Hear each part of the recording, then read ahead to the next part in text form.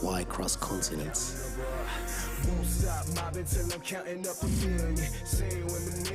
Why conquer the sea? Challenge the winds.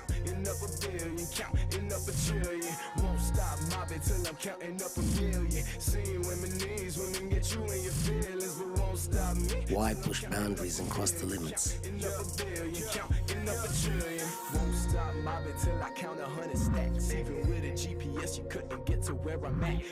Facing the cold and the rain. We do it for the moments. Left class and I let the ground float. Don't ask if you ain't about dope. Shorty bad, told her drop it down low. Money out the bag, going round no. Up in first class, not the ground float. Don't ask if you ain't about dope. Won't stop mobbing till I'm counting up a million. Arrive at the sunset for the memories that are ours. Proud Group, designing sailing destinations.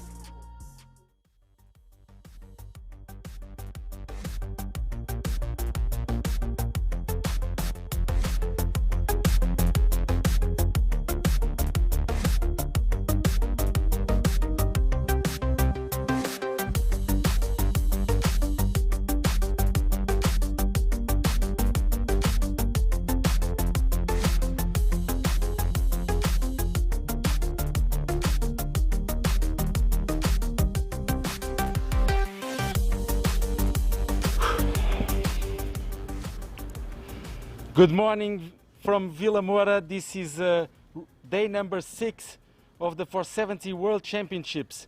Once again we have sunny skies, very warm weather, beautiful sailing conditions. Once again we already did 11 races after 5 days. This is the final day. Medal race, three medal races for the 470s, also 2 medal races for the windsurfing. And we have here some guests with us to talk a little bit what has been this adventure here in Vilamoura, what is going to happen for the future, a little bit of what happened this week during this regatta. We have here with me Mr. Luís Rocha, Technical Director of the Portuguese Federation. He was my guest yesterday during the live stream and he will be my guest again today. Thank you so much for joining us here, Luís. It was a big pleasure. Everybody was really happy to see you, well, to hear you doing the comments during the whole day, and they're really looking forward to hear you again today. It was my pleasure to be with you, Pedro. Thank you very much for your invitation. It's a pleasure to be in Vilamoura again. That is our biggest spot to train in wintertime. Since the 90s that we are using this place to train with the best sailors of the world. And the achievement of Diogo Costa and Pedro Costa in this regatta, gaining the spot for the Olympic Games, is the main goal. We are all very happy. And today, the Portuguese have also the opportunity to fight for the medals at the medal race. So it will be an amazing and enthusiastic and emotional day. Thank you. And also with us, we have our principal race officer, Nino Shmueli from Israel. Huge experience. He's been everywhere doing this job. He's been here in Vilamoura doing most of the events, if not all the events. And it's also a great pleasure and a privilege to have you part of this team, Nino. Thank you so much to be here with us. Thank you too. I mean, I feel that I am now part of the Vilamoura sailing family. And I think that we are doing a great job here on the water. We have fantastic weather forecast for the day, and for last days we had perfect conditions. I think that all sailors, coaches and supporters enjoy the event here, and we are looking forward for next week because it will be also a very important event that we will host here in the coming weeks. Thank you. And also, last but not least, a visionary, somebody who had this idea, had this dream, and managed to put all this together. An amazing job. I think sailing in Portugal have to be really thankful. Nuno Reis is our event manager. I mean, I almost get emotional when I see a result like this. Nuno, so much work. You put together a fantastic team, and this is the result. I believe that everything even achieved a much higher expectation that we all thought. So many events. Seriously, well done, Nuno. Nuno Reis with us. Oh, Pedro, good morning. This is not about me. This is about a group of people that has had the courage to put this project together. We initiated this in 2016 with an Optimist World Championship year in Vilamoura, and from that on, all the local authorities, the city, and most especially the marina, because we have been pushed in a good sense by the marina director, Isabel Correa, to keep our work, what we did in 2016, and keep pushing it. And effectively, we established a very, very ambitious plan, which we have already passed it. This year has been absolutely amazing. Of course, it's not an easy year for everyone, for anyone, and we have had the support of a lot of people around, but especially, and we have already seen Luís Rocha here, the Portuguese Sailing Federation has been behind us all the way. They have been pushing, they have been pulling, and we could not have done this without the Portuguese Sailing Federation. You've seen Nino just before us. He has been a crucial part of this project, guiding us.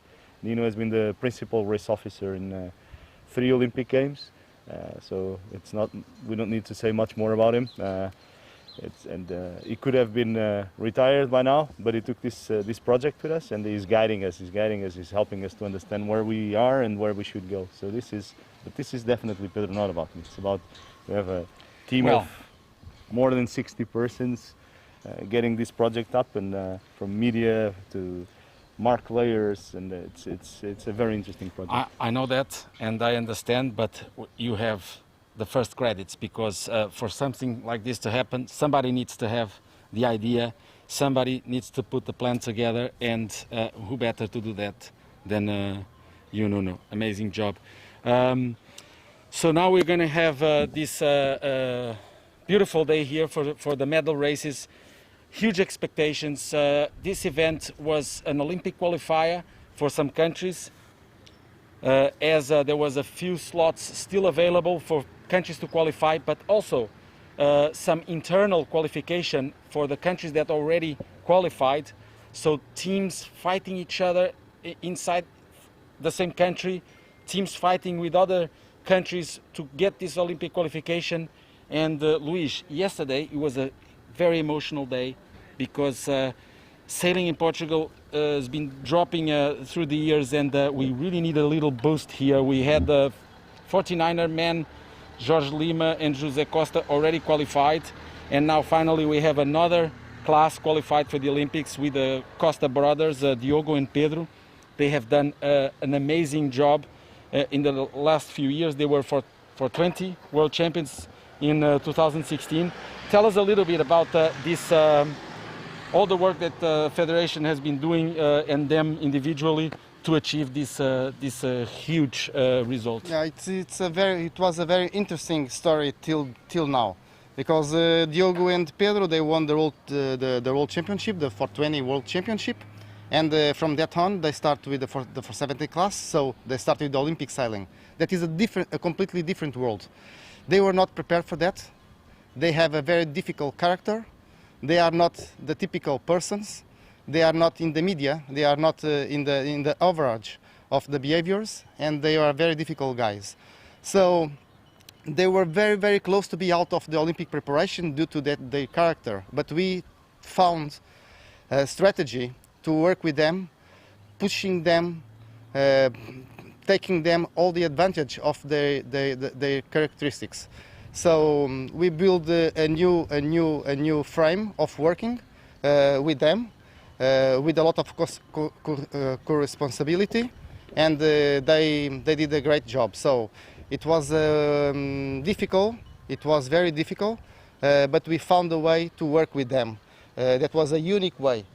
So we built the project just for them, due to their character. Great job, Luís. But not only they qualify the country, but we have also to talk a little bit what they are achieving here, because it's a huge gap from them to the other teams that were trying for this Olympic qualification. And right now, not only qualified the country, but second overall, 7 points behind the leads, almost guarantee a bronze medal here. I don't think public in general expected such a performance from this team. To be honest, Pedro, not even myself, not even Diogo and Pedro, but they knew that they were working so hard this winter. It was impossible someone in the world to train more hours than themselves. They train a lot with Jordi Chamar, the Spanish, that is the silver medalist in the last World Championship in 420. And also with the Swedish team, I believe they were pairing up the three of them. Yes, it was the Jordi Chamar, the Swedish team, and Portugal. And actually, you look at the overall, and they are top three. And they are top three. So this is very beautiful. This is like what we did in 1997 with Portugal, France, and Sweden here in Vilamoura. And in 1997 and 1998, 1999, on that 3 years, we won 2 World Championships by the French and 2 European Championships by the Portuguese. So we know how to work with 2 more countries, and we are doing the same kind of approach, and the results are what they are now.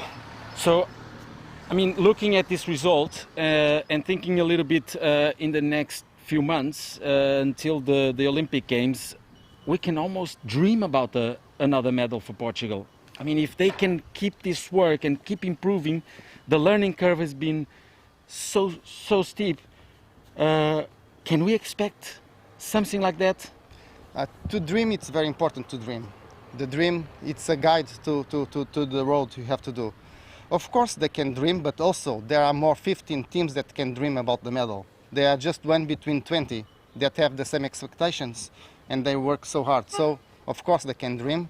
Of course they are in a good shape, but also there are more 20 teams like them that are fighting for the same. And now a very important question that I want to ask you.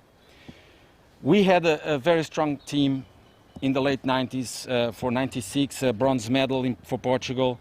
Very high expectations for 2000 after a bronze medal in such a hard work during that Olympic campaign. Those sailors are now stopped their Olympic campaigns, obviously, but we didn't manage in Portugal to get this legacy and to keep the good work, and we had a huge gap in this 20 years with the results actually going down.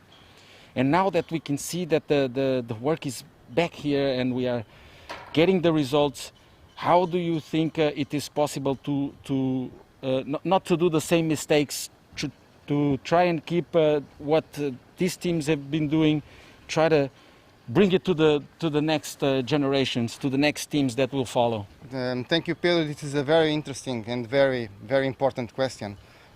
Because the legacy, we had a great legacy, a lot of good sailors with huge results, but it has not been passed to the young generation. That's right. You can see now that Diogo and Pedro, they have been working so many also days with Hugo Rocha, that was the bronze medalist in 1996. So this is a very key point because, of course, they have Aaron Sarmiento as a coach. Did a great job. It's from Spain, yeah? From Spain. That was also an Olympic sailor as a crew for 70. But also, it was the first time that not old, because a former Olympic sailor and medalist came by himself to work with these young guys. And of course, they give them this extra skills, knowledge, extra knowledge to have also these results. That's very important. Thank you, Luis. Now going a little bit back to Nuno here, we already talked about all the achievements, everything that has been done here in Vilamoura, all the homework, the execution, the plan. Now we are actually going to see a few more events here in Vilamoura in the near future. The news came this week, it's fresh news. Can you tell us a little bit about this extraordinary news that we had this week about the future events? This was super rewarding because during this event we had an approach. We were approached by World Sailing and international classes to host a few more events. One of them is the ILCA qualifier, Olympic qualifier. So we're also, as this 470 Worlds, the laser class is going to be selecting the last spots for the Olympics, for the upcoming Olympics. So for the laser class. For the laser class. So it's a really, really important event. Both men and Both women. men and women. So it's an enormous event. We should expect a really big number of sailors to come and sail in Vilamoura. Also, we have had an invitation by the Finn class to organize the Finn Europeans back to back with a laser qualifier, and the 470 class that we are sailing here now, the Worlds. They decided to move their European Championship, was going to be hosted in another venue due to a cancellation, and after experiencing all the security and the contingency plans we have putting together here in Vilamoura, they decided and they voted, and that was really rewarding because this was voted by all sailors and coaches here present in Vilamoura, and we got a major voting, and the class moved the event, the European Championship here. So amazing. It is. This is amazing, and I believe that it's just to finalize this interview. I believe it's not just because of the actual state in the world because of the COVID. It's actually the result of a hard work, because never the class had Europeans and Worlds in the same venue in such a short time. Obviously, due to the circumstances, it helps that people are not moving around, not traveling around. The boats are here, so the setup is perfect, everything is great. So it would be a no-brainer. We get a really nice feedback from coaches and sailors in the 470 class, and the questionnaire that was put in by the class to the sailors, the main point for them was effectively facilities and sailing conditions. And yeah. And then all the other details, of course, added up. But the main reason was what I have experienced this week here: amazing sailing conditions, and that has helped. And it's really quite rewarding. The class, as you just said, Pedro, has never done this before. It never happened. So it's impressive for us. It's also quite rewarding. So thank you, Nuno, so much. Thank you, Luis, also for being here with us. We are now going to move to the race course. We're shortly going to start this final day, medal races. Many things still to decide. Great conditions. It's the perfect day for the medal races. We're going to go for a short break. Stand by. Prow Group, designing sailing destinations.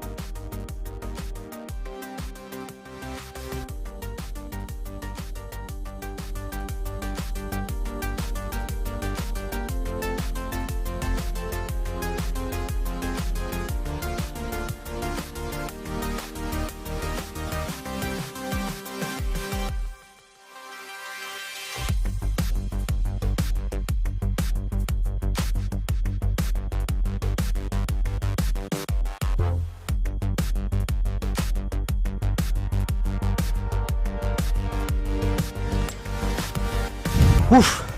This was a very, very fast run, Luis, from the interview outside. We had to do a little sprint to get here to the box and start giving you guys some comments on what's just about to happen. Good morning, everyone. Once again, thank you all for joining us here. We are ready to go. We are getting everything set up. I'm here with Luis Rocha, our guest, the technical director of the Portuguese Sailing Federation. Big celebrations yesterday, Luis. Everybody was so happy and for everything that happened with the Costa brothers, Diogo and Pedro. What an amazing achievement. Hello, Pedro. Thank you again for inviting me to be here with you. It's a great pleasure. I can see that you are in a good shape because our run from outside interview You have a beautiful stomach. But I beat you. You beat me. I did beat you. So yesterday was an amazing achievement for the Portuguese. Of course, Diogo and Pedro Costa, they won the 420 World Championship in 2016. So just 5 years after that, they gained the spot to the Olympic Games. It's amazing achievement. They were really they will work so hard in the last year with the Spanish Jordi Chamar. They work also with the Swedish together, and with their coach Aaron Sarmiento. That is a great coach. It's a great person. It's a great, very good friend, a Spanish friend. Well, I'm gonna give you all a little bit of heads up on what's gonna happen today. We will have the men's medal race first, starting at 12 o'clock. I believe everything is getting ready now for the start, but we want to give you a little bit of what's been going on during the week. We are now with 11 races completed, and for the medal race it will be the top 10 fighting for this for the medals.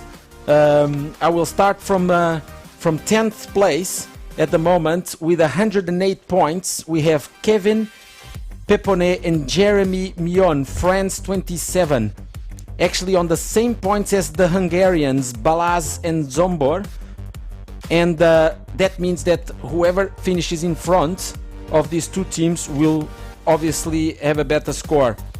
10 points ahead of the Hungarians and the French, we have the Greek Vasilis and Ioannis on 98 points. So it's a 10-point difference, and I'll remind you that the medal race, it's called it's double pointers. So for both Hungarians and French to beat the Greek, they need to have at least 5 boats in between.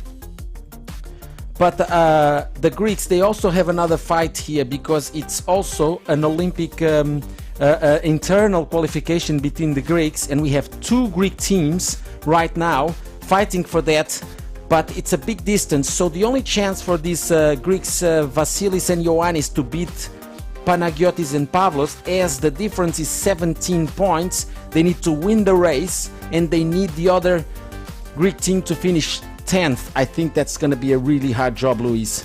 Really hard job. It will be a big fight between the 2 Greek teams.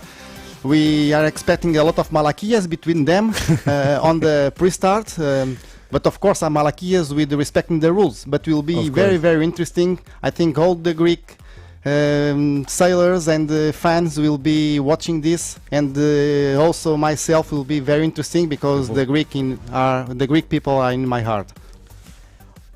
That's right. I mean, these Greeks, they have been working very hard, so we probably will see Panagiotis and Pavlos not so worried about the medals, maybe following the other Greeks and trying to do a little bit of a match racing here. We are expecting that. We will, some match racing. We will check. Yeah. So we talked about 10th, 9th and 8th. Now we go to 7th overall on 92 points. Giacomo Giulio, they guaranteed the internal qualification yesterday for the Olympics, as the other Italian teams were not on the top 10, so they will be representing Italy in the next Olympic Games. Also, on 6th place we have Stewart and David from USA on 88 points, same scenario as the Italians. They already guaranteed their qualification, as the other American teams were not inside the top 10. Now we go for the top 5. Obviously, 5th place, we already talked about them. Panagiotis Pavlos, Greece number 1, 81 points. Their fight will be the qualification. Maybe we will see if they will try to achieve a little bit more than that. They are 81 points at the moment. And in 4th place, Russia 5, Pavel and Denis on 72 points. 3rd place at the moment is ranked number 1, the Spanish team, Jordi Chamar and Nicolas Rodriguez, 64 points. In 2nd place we have our famous local heroes, Diogo Costa and Pedro Costa, Portugal 21. They are on 57 points.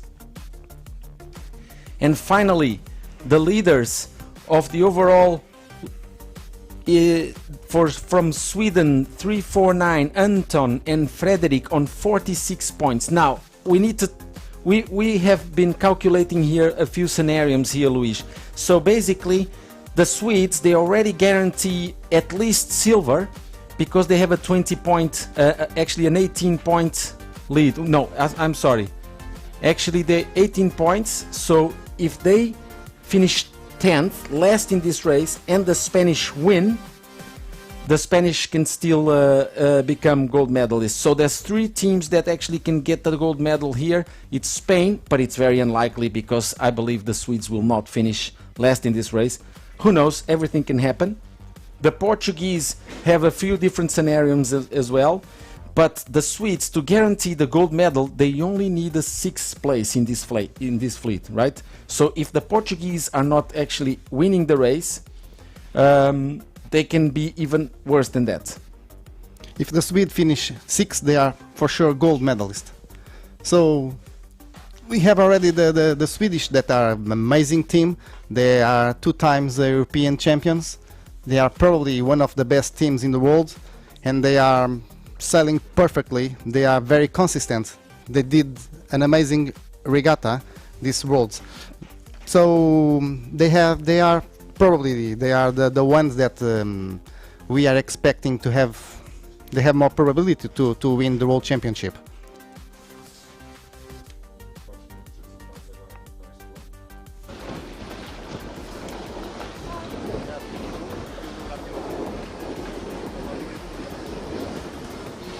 So we are now on the race course. We're gonna see what's going on, exactly what's going on here. The race committee getting this course ready. I have some information from our race officer. The race course will be LR1, 2, and that means that they will start going to windward, upwind, tacking around the course, around the top mark to hoist that spinnaker, come downwind to the gate. Then they can choose between 4S and 4P. They'll come upwind again without the spinnaker, back to mark number 1, and around they go for the last time, spinnaker hoist through 4P, and then a reach to the finish. This will be the course now for the men. I will remind you that after this race from the men we will have a short break, and we will give you all the information on what's gonna happen for the women fleet. And after that we'll also have the mixed teams medal race, and after that even the RSX European Championships medal races.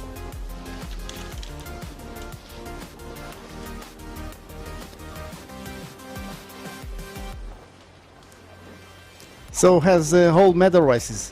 The medal race is always a drama regatta. Also the last race of the regattas. We can remember for example, the 1996 Olympic Games. There was no medal race, but there was the last regatta between Robert Child and Ben Ainsley? Ben Ainsley, exactly. So on that last regatta, there was just 1 point between them, and there was both OCS and Robert Child won the gold medal in the laser class. That was in 1996. Then there was exactly opposite in Sydney, Exactly with the also same fight.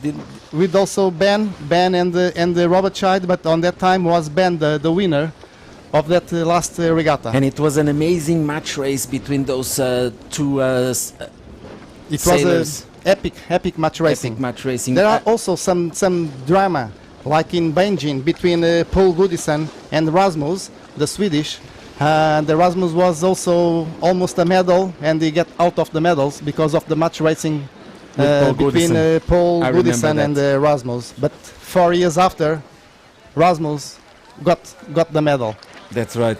So we saw the orange flag going up, just a few seconds ago, race committee now have this race course ready.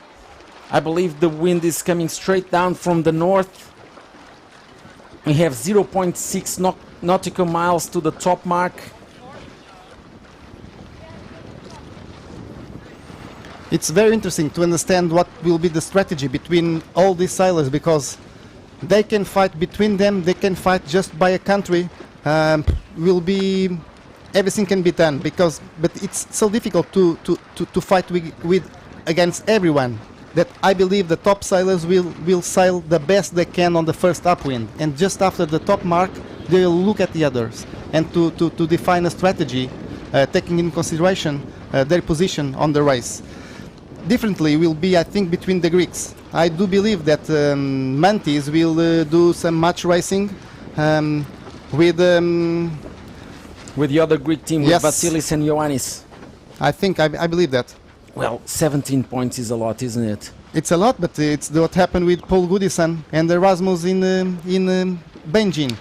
So, but the Greeks, they could also actually take a strategy that if they have a nice start and they see what's going on, without jeopardizing their overall score, and also to be a little bit fair to the other teams, the other Greek team, I mean, they can take a look at what's going on, and because they can afford to be 9th, but they cannot afford to be 10th.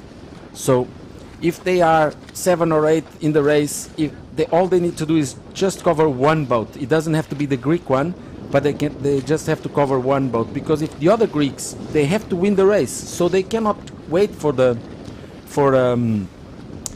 Mantis and Kagyalis to cover them, because they need to be first and for the others to be last. So it's not easy to guess what's going to happen. It's not easy. We will see what is going on.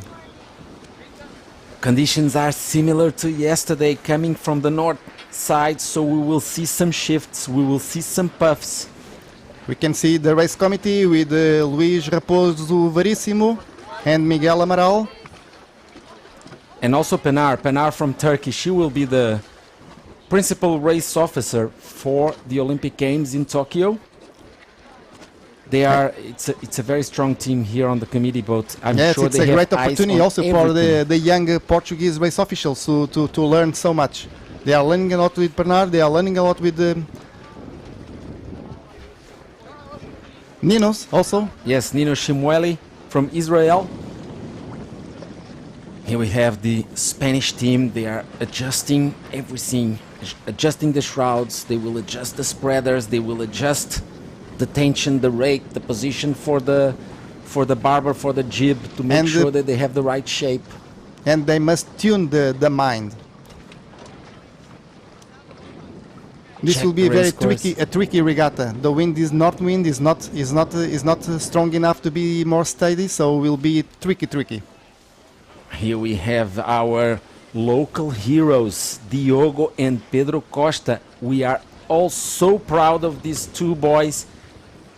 And now, of course, when we see them doing so well, they are now 2nd overall, and the home crowd, they're all cheering for them. They're all still hoping that they might have a chance to get this gold medal, Luis. I think they did not wake up yet from the dream of yesterday.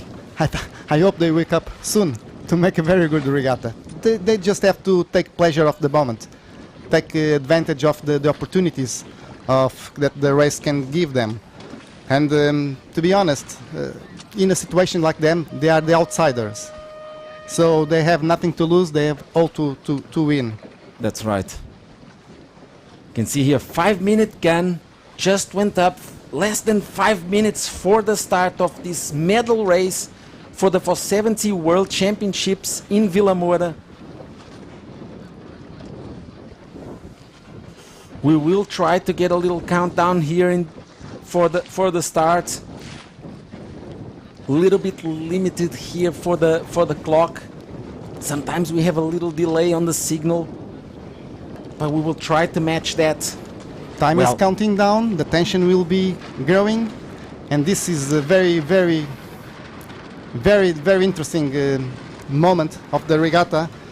We can see how can they manage the emotions And for sure to win you must, the happiness to try to win must be stronger than the afraid to lose.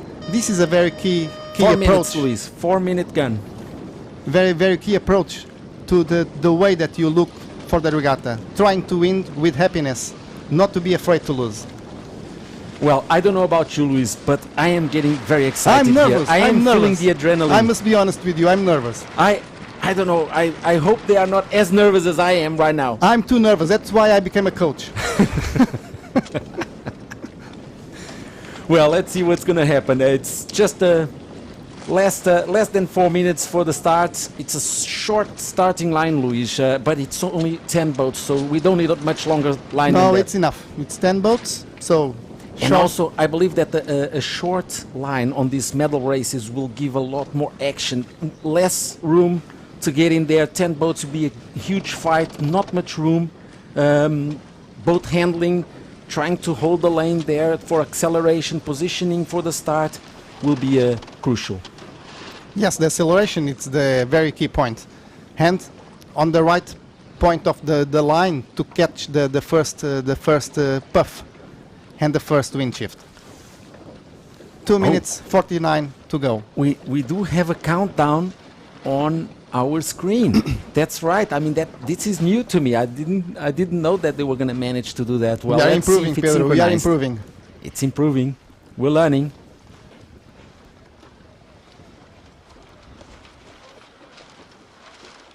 We can see France 29, Peponet.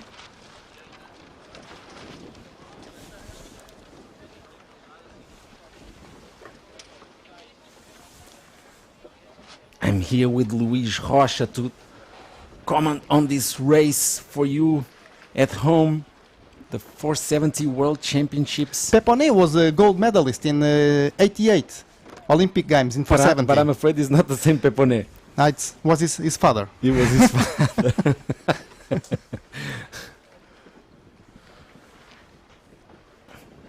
Less than 2 minutes to go here. The wind looks a little bit light. With such a short line also, Group, designing sailing destinations. I believe that with such a short line here also, the bias is not so important, Luis. But what's very important is to see where is the next puff, where is the wind going to go, is it going to go left or right, and make sure that you are starting on the right direction. If there's more wind on the left, you got to maybe play the pin end, try to be the first to hit that corner. If the wind is on the right or the next shift is to the right, you got to fight for the committee boat to go for attack and protect the right-hand side of the course. Yes, Pedro, you are right. So it's very important to have a very good acceleration, to have a very good position, and to be free to go on with your strategy. Not to be constrained to go to the place that you don't want to go. Last minute for the start.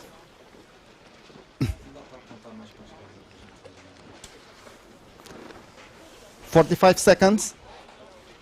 I believe there's about We 2 can or see 3 that, seconds delay on that clock. We will check that, but we can hear the sound signal. It's very clear that Giacomo Ferrari is trying to win the pin hand. And we see the Portuguese in the middle of the line to leeward of the Swedes. He's putting the bow down now. They don't want that other boat there to get underneath. Who's that, Luis? The Greeks. Greece number 1. We don't see here a match race between the Greeks. Not for the moment. Not for the moment. Last countdown for the start. And it's a clear start. Clear start. The Russians did a very bad start. The Russians not looking good. That could mean that Portuguese will guarantee a bronze medal at least. You can see that Jordi Chamard did not a very good start, but he's free to go. Well, but the strategy maybe it was not to take too many chances, go to the committee boat straight into attack. Maybe he's looking at something on the right hand side. Obviously Italians and Hungarians think differently. They're going left.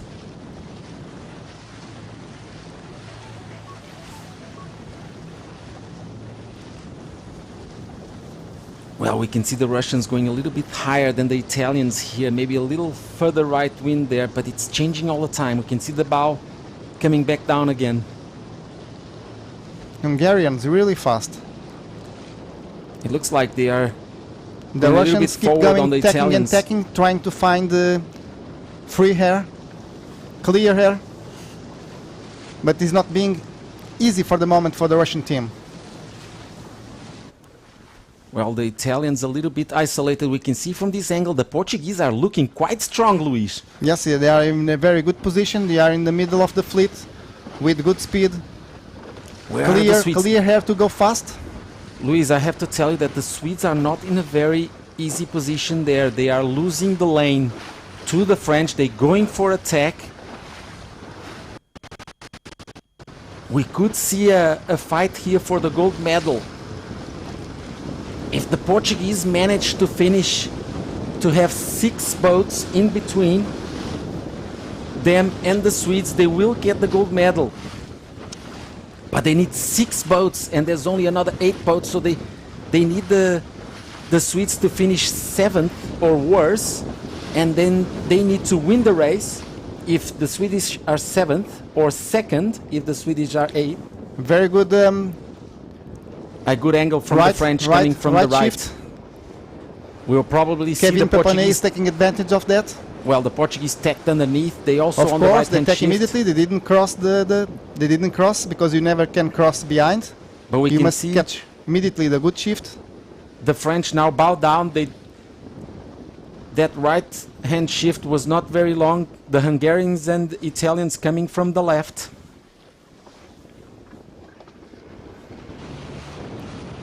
This is drama. It was a great start from the Portuguese. They're definitely not showing any pressure here for the gold medal, for the medal race, to try and Now they're taking, challenge the Swedes. they are just taking pleasure of the moment.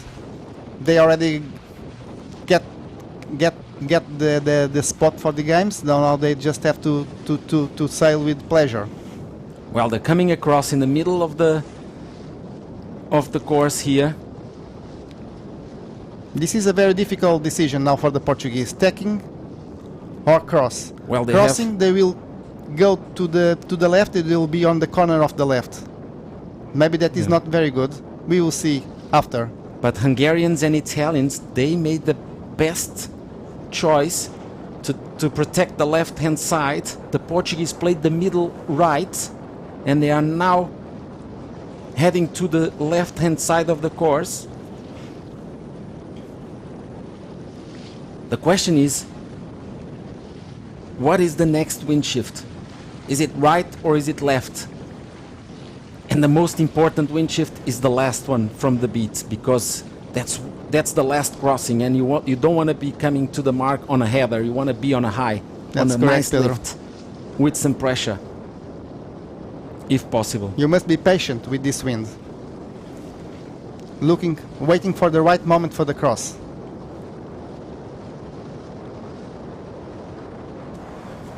Can see the Swedes. We're here with the Swedish. We see the Portuguese keeping an eye. They need 6 boats in between to get the gold medal. Taking Portuguese time. Taking, the Swedes Very are good. following. The Swedish also tack because the wind went to the left side. Are taking advantage.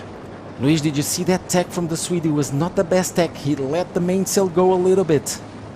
It looks like they are showing a little bit of pressure from this leaderboard position. Yeah, they are not in a very good position.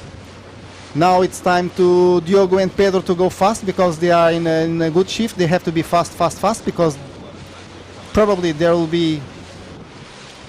Well, Luis, as I understood, the Portuguese, they took the sterns from the Italians and the Hungarians, but they look on a better position here to the Italians. The only thing, they are two on the left side, so they have not a lot of choices. Well, they're in the middle, they're in a good position, they are playing it safe, they are not getting very too exposed in any side of the course. We are just missing... The Spanish? No, we are missing a view from the high to see the position of the boats on the course. Well, we will see if our But that drone is can go for for a the next little regatta. fly. I wonder if the Look that Portuguese are the going left, to put the the final left pay a nail. lot. The Portuguese were behind the Italians, Giacomo Ferrari. Now they are just in front of them and very close to the Russians. But Luis, you remember the start from the Russians? They made a really nice comeback here in this Very good first. comeback from the Russian team. And I believe that the Portuguese, they tacked on the Russians because they don't want to see the Russians get away. They want to guarantee at least the bronze medal. If Diogo finish 8th overall, there will be for sure bronze medal. Eight in this race. 8 in this race. Well, I have some information here from the race committee.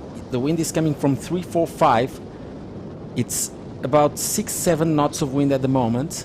They started on 360, so this was definitely a right-hand shift during this upwind. The Swedes were on the left-hand side of the course, Luis.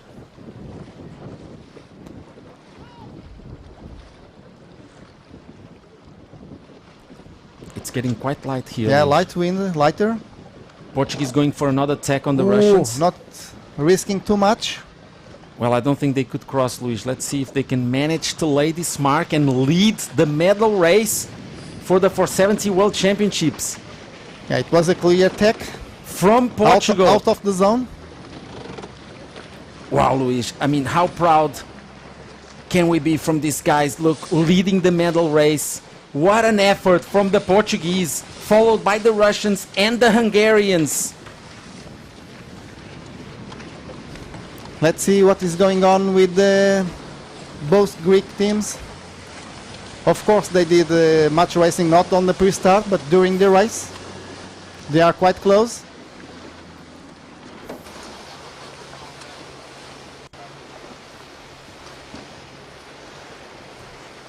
Luis, I'm afraid the Swedes now are 9th in this race and the Portuguese are leading.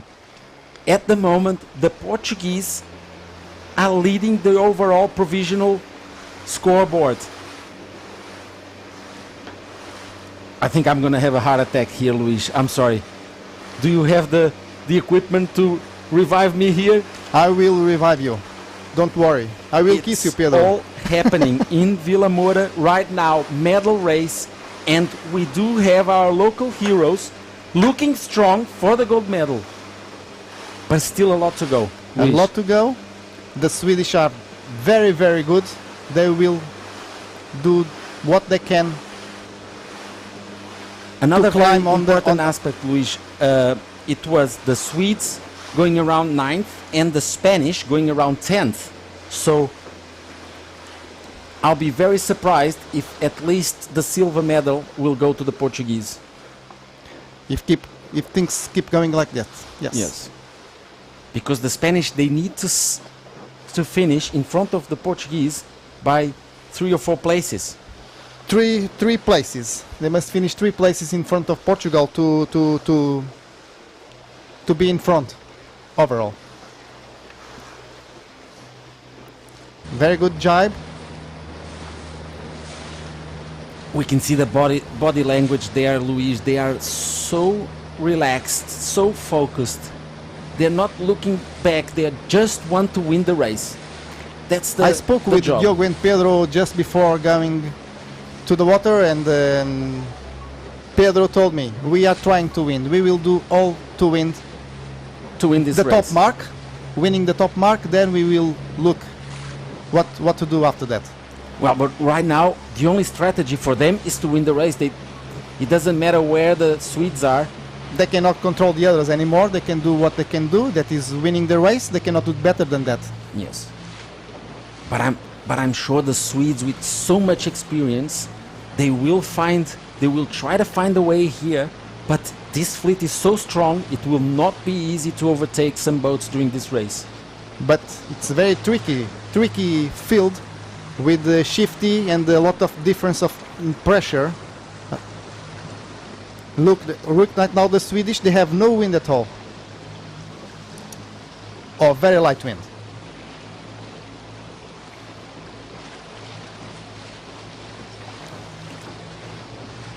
Just trying to figure out which boat is here next to the Swedes. It's the Russians. So it's a long time to go.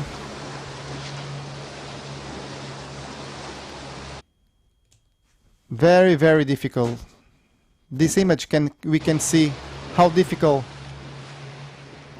Well, but we can see also the race course here. It looks like a little bit more breeze filling in from the windward side. We can see here how the fleet is spread. I believe that the Portuguese boats is the one on the right hand side of your screen, but we cannot see the whole fleet. But it's time to tack. They cannot go too much.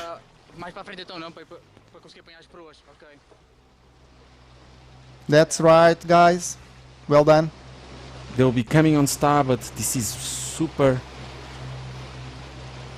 unstable conditions at the moment. Well, the Americans, they were fourth around the mark and looks like they will cross the Portuguese. You see the Portuguese coming on starboard. That early jibe didn't really pay for the Portuguese, Luis. They tacked too early on the first tack was too early. Yes, they jibed the first too early. jibe, sorry. And the Americans making a move on the Portuguese. I'm sure the Swedes will be happy to see that the Swedes also made the move on the boats that early jibed. So you can see how easy it is for everything to change so quickly. And so now the Swedish, they jibe behind the Portuguese. They are trying to go to the gate from the right side. Now we will try to figure out this yes, mark looking the gates, the right side gate looks to be much better. I believe it's Hungary, one leading the race from USA.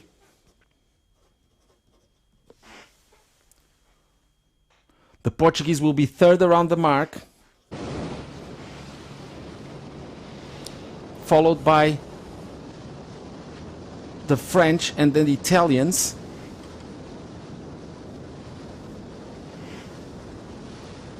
And then we see the Russians and the Swedes and the Spanish.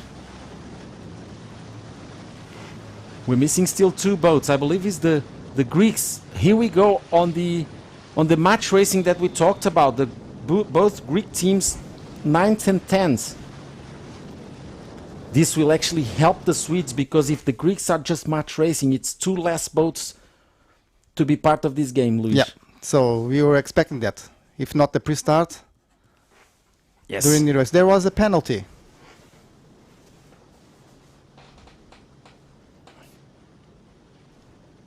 Could you see who were doing turns, Luis? Was that the Greek boat? I think it was the Greek boat, because was the last boat was doing the penalty.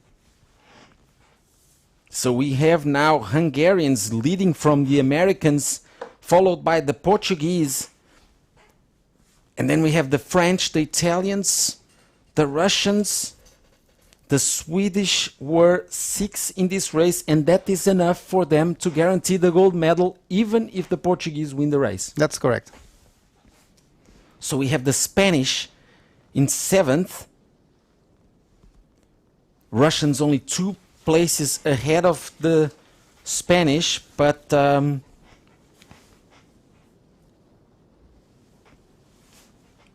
believe the Russians need a couple more boats in between them to try and get that bronze medal from the Spanish. This will be the choice now that the Portuguese must do. They have to understand if they have probabilities to go to the first place and fight for the gold, or looking that the Swedish already did a great recover, so maybe it's time to control the Spanish and to have the second place guaranteed. But look how fast the Portuguese are going now. They look really, really good on the right-hand side now from the Americans. The Americans were second around that gate. Portuguese trying to make a move on the Americans from the right-hand side of the course. They look a little higher, Luis. Yes, and you can see, as we have been seeing during all the World Championship, that with this kind of wind, with this light wind, the Portuguese are really fast upwind. Well, they are higher, maybe they have a little bit further left wind on the right hand side, which is good for the moment, but to get across on starboard they need a little righty.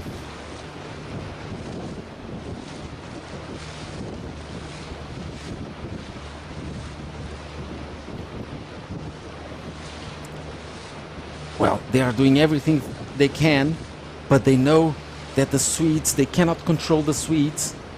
Whatever happens further back in the fleet, it's not under their control. If the Swedes finish 6, there's nothing else they can do. Now it's time to tack. Hungarians tack just leeward. Hungarians here looking strong, leading this race at the moment. Well, we know that the Hungarians are fast in the light stuff. Also very fast. Just controlling the Americans. We'll see the Americans now getting across, still ahead of the Portuguese. It's Giapia's brothers.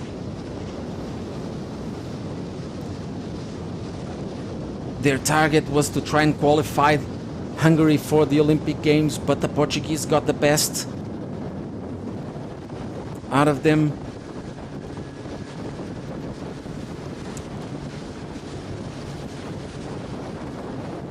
Really nice race here from the Hungarians.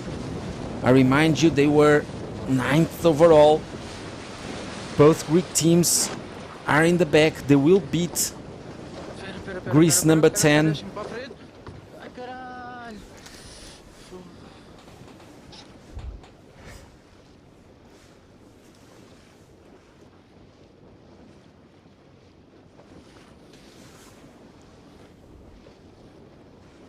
Well, the Hungarians finishing first in this race with double points. They will climb up the ladder a little bit. Well, at least the Greeks, but the distance to the Italians that were 7th was actually 16 points. So the only chance they have to beat the Italians overall and get a 7th is if the Italians finish last. But with the Greeks so far back, I think the Hungarians, all they can do is aim for a 9th overall. Very good upwind from the Hungarians. Now looking at the Americans' score, they were on 88 points. Going second here, they will go to 90 points. The Greeks all the way back, they will be behind the Americans. Now we are going to the last downwind. And you can see that Diogo and Pedro, they lost some other places. Now they have just to control Jordi, Shamar, not to let be 3 boats between them. That's right. Maximum 3 boats. So you have the Americans now going around the marks second, followed by the Russians.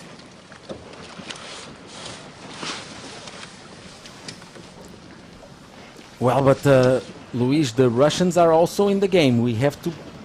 The Portuguese need to keep an eye on the Russians. See here the Italians squeezing underneath the Portuguese to take 4th around this top mark. Very close between the Spanish and the Portuguese.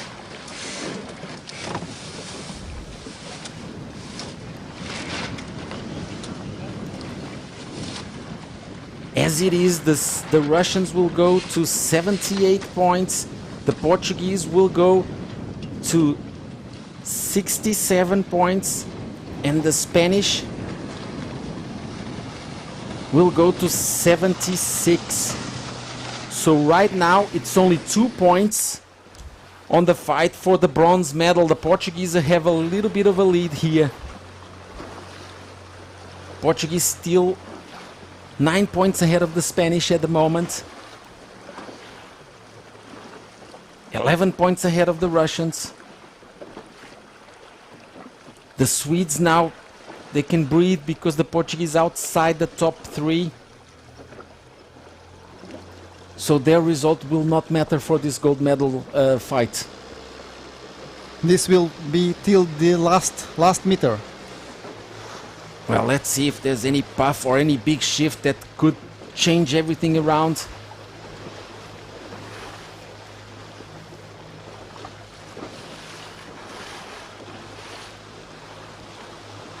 The Russians, they were very close to the Americans. This is the fight for the bronze medal at the moment. The Portuguese looking safe for silver.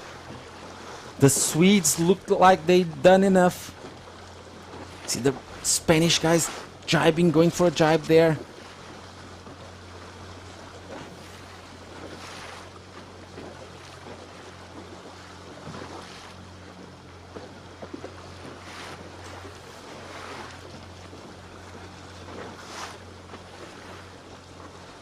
Great sailing from the Hungarians. Hungarians did a great race, Luis. They also did work so hard during these last 3 years. And they are showing everyone that they have also quality to be on the Olympic Games, but unfortunately there was just one spot left. Well, we can see again the wind a little bit lighter here on the leeward side of the course. Some patches close to the top mark.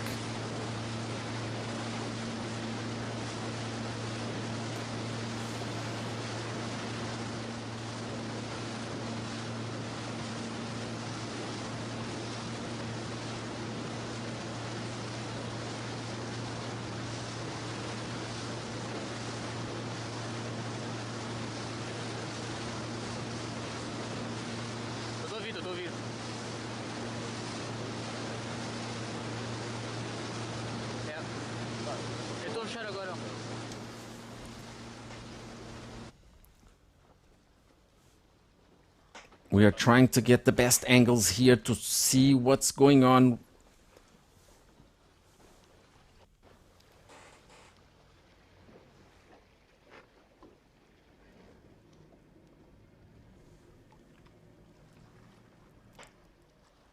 I believe that the Swedes have done enough to win the gold medal.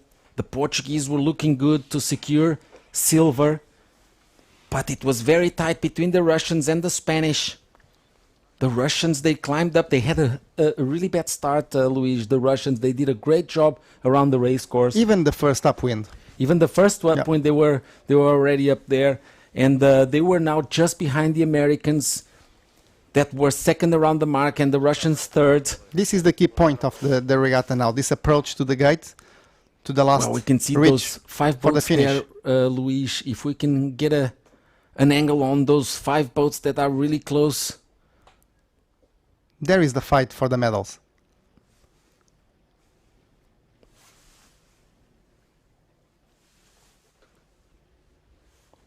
We see a couple of boats really far back. I believe those are the Greek boats. We see here the Spanish behind the French, I believe. The French were not ahead of the Spanish, so that could be bad news for the Spanish. They're ranked number 1 in the world. They were looking to try and win these World Championships. They're out of the gold medal fight, but they still have a chance for silver or bronze. This will be the fight between Portugal, Spain and Russia. The Hungarians looking strong to win this medal race. And here we go, the Hungarians winning the medal race.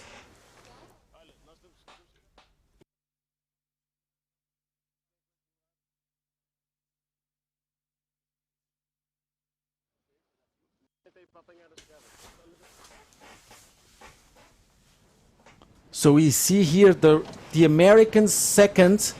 At the moment, the Russians are third. The Russians are fourth. The Swedish winning the gold medal. World champions 2021, Sweden. Congratulations. Great job. Anton and Frederick are the new world champions in the 470 class. We have the Russians in 4th place.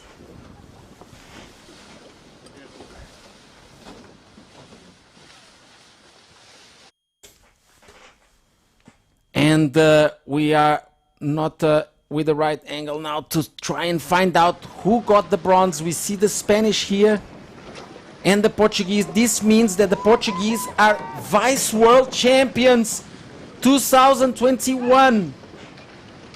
Amazing job from these guys. Look at this fair play between the top 3.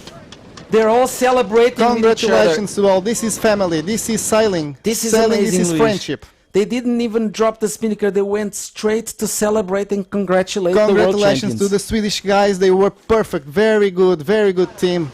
They were patient. They are very talented. They are great guys, great sailors. They expect always for the right moment to make the text, to make the crosses. Congratulations, guys. You are great. The world champions. You were the best during this world championship. And we can see Second place, big Portugal. emotions. That was amazing also job. And third place, Jordi Chamar from Spain. And Rodriguez. Well, I believe we still have to confirm those positions between the Spanish and the Russians, but we will come back to you shortly. The Russians are 82 points, so the Spanish are third place. Okay. So the Spanish actually just managing to hold on to that third place overall to get a bronze medal. We will give you an update very shortly on the final results. But we do have the Swedish new 470 world champions. They've won the last 2 European championships, Luis, but this was the one missing on their Career. career, huh? They are great. They deserve it. And they should be one of the favorites now for the Olympics in Tokyo to win one of the medals at least, huh? Of course, they are one of the guys that probably will get the medal at the Olympic Games. They are very consistent. They are very mature. They have a lot of experience. Here we have also the Portuguese celebrating their silver medal. This is so important for them because they will get better funding. They will probably try to find some sponsors now that they are showing such a nice performance. Yes, on these moments of happiness, we must also understand the people that were important for them. And first of all, the most important persons to Pedro and Diogo Costa are their parents. That congratulations to the parents. Also, Aaron Sarmiento did a great job with them. Rui from the Federation also did a good job with them. And we have also Hugo Rocha that was supporting them in some key moments. And this is a big happiness to everyone. And congratulations to Pedro and Diogo Costa to have this second place in the World Championship. That happens only 3 times. 2 times before with Álvaro Marinho, Miguel Nunes. They already finished second place in the World Championship. Also happened years before with Hugo Rocha and Nuno Barreto. And now is the time to Diogo Costa and Pedro Costa to have a second place in the World Championship. We can see also the president of the Portuguese Sailing Federation, António Requete, that is also very happy. And we must to congratulate him for all the opportunities given to these young guys. And of course we have to congratulate also the Portuguese Olympic Committee with by his president. Well done you, Luis, because you are part of this team after all. Yes, we are all part of the team, but we should be the invisible part of the job. They are the guys. Well, we will go straight into the women medal race in a second. Just to give you a very quick update on what is going to be in stake here for the women. We have only 3 points separating the top 2. Well, I will start from the bottom here. 10th place overall coming into this medal race, the Polish team Agnieszka and Jolanta on 102 points. We also have a big fight here between the Germans. They are 8th and 9th overall, and just 1 point separating these two teams. Luis, whoever is ahead in this race will go to the Olympics between Yes, the two just German it will be teams. the fight between them. The one that is ahead goes to the Olympic Games. It will be a huge fight and something for sure for us to keep an eye on. So 9th overall, Luis and Anastasia on 100 points, and 8th is Therese and Birte, 99 points. Ahead of the Germans in 7th place we have the Americans. They already guaranteed their spot for the Olympics, as the other American teams are not in the top 10, not taking part in this medal race. So Nicole and Lara will be in Tokyo for USA. They are on 97 points, and ahead of them also the Italians, guaranteeing their spot for the Olympics for the same reason as the Americans, because the other Italians are not in this game anymore. They are outside the top 10. So Benedetta and Alessandra, 6th place overall now with 94 points. They are not in reach to the medals. Sorry, I made a mistake here. Benedetta and Alessandra are actually not qualified for the Olympics. Is the other Italian team, Elena and Bianca. And the reason why this is decided is because there's 20 points in between these teams, and it's not possible to get 20 points in the final medal race. So in 5th place we have Camille and Aloise from France, 91 points. In 4th place we have the British team, Anna Mills and Ailey McIntyre. They made a huge comeback in this series. They won the last 3 races. They had a 4th in the race number 8, and only bullets after that, only wins. Yeah, I can And say, they are Pedro, now- it's they are also now- fair to say that it's so beautiful to see Anna Mills sailing. Well, they can still get medals because they are only 6 points behind the Italians, 10 points behind the Dutch, and 13 points behind the Spanish. So theoretically, there are 4 teams that can still win these World Championships. In 3rd place we have Elena and Bianca from Italy, 74 points. Elena, Pedro. Elena. Sorry about my accent, Luis. Will you give me a break here, please? I will give am you a trying break. to give everybody the results. So we're going to go back here to the overall score. We have in 2nd place at the moment an amazing job also from the Dutch team, Lobka Berkhout and Aphrodite Zegers.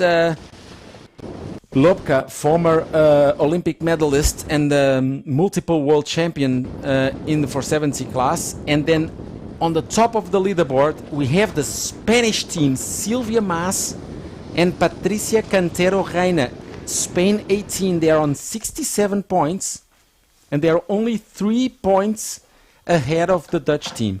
Luis, this will be also a nail-biting medal race. This will be amazing. And we can expect everything from Anna Mills. So I do not discard the possibility to Anna Mills. For Anna. Yeah. Well, there's a lot of numbers here. We can see the overall score on the right-hand side of your screen. Those are the points that are counting for the moment. A medal race, 10 boats, double points here. You cannot discard the medal race. So winner takes 2 points, second takes 4 points, and so and so. So a lot of Till the 10th place, that takes calculator 18 machines, points. I'm sure, for the followers on this last race for the women. We're all excited here. It was an amazing race from the men. Now we're going to go for the women medal race. Well, I'm afraid we will lose Luis here for the comments for the next race. Well, I just want to say first, before we go into this race, Luis, thank you so much for your support here, for comments during these 2 days. It was an amazing experience. We felt your passion for the sport. We felt your support for the teams, not only the Portuguese. You have good connections here to other countries as well. It was definitely great to have you here with us. Thank you very much, Pedro. It was a pleasure to be with you. to remember beautiful stories that we have together and that I have with a lot of coaches and a lot of sailors around the world. A big hug to everyone that is listening us. I have to go now. You will keep with Pedro. Pedro, you are great. You are a great guy, a great person, a great friend. Thank you very much for everything. I wish you all the best, my good friend. Thank you so much, man. Thank you. Bye-bye. Bye. See you. And please give a big hug to the boys. I'm sure you're going to see them outside. Give them a big hug. I will be out there as soon as I finish these medal races. So now we are here for the women. Final race, the medal race. Everything is happening in Vilamoura. It's less than 4 minutes for the start. The wind has picked up a little bit. Quando virar a gente vai andando para frente. Até a última, mesmo a última. Eles vão sair assim. Certo. Vão sair assim. Se eu estiver à frente, quando eles começarem a virar, vamos ficar no meio deles. Well, I want to thank all the messages that I'm getting here from the WhatsApp, from the chat, on the YouTube channel. It's great to see that you guys are enjoying this coverage.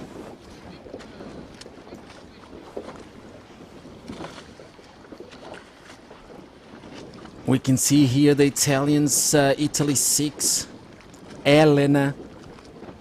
I'm afraid I have to be very careful when I say her name, because if Luis listens to this, he will give me a hard time. So Elena and Bianca fighting for the pin end together with the Dutch team. The difference between the Dutch and the Italians is only 4 points. It's very tight for this World Championship final race.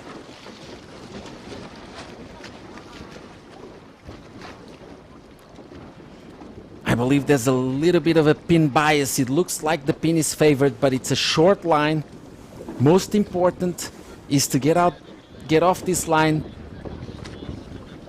looking to the next puff, looking to the next shift. If the shift is to the left, they need to protect the left. If the shift will be to the right, they need to protect the right. Prow Group, designing sailing destinations. Apologize here for some technical problems, but we are straight back, and we can see the Italians, they changed their minds. They are not at the pin end anymore. They came up to the committee boat. I'm sure they have a good view over the race course. They can see if the wind is better on the left or on the right. We see here the Germans. This will be also an amazing fight here between the German teams, because whoever finishes ahead between them will go to the Olympics.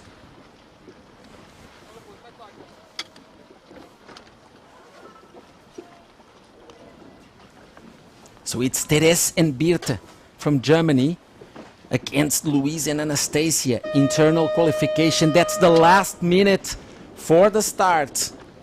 We can see most teams fighting for the pin end. There is a little pin bias.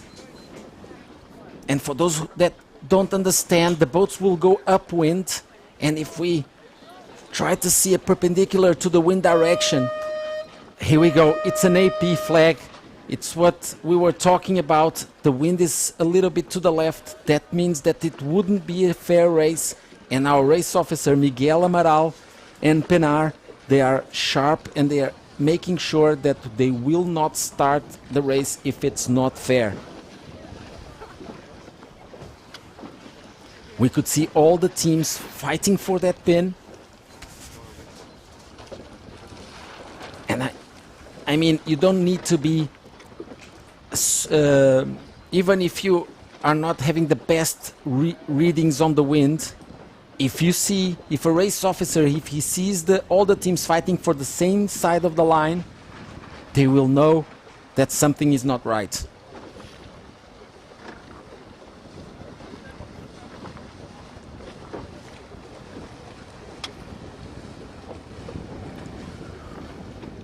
We will have a very quick break here with some of the action from this week.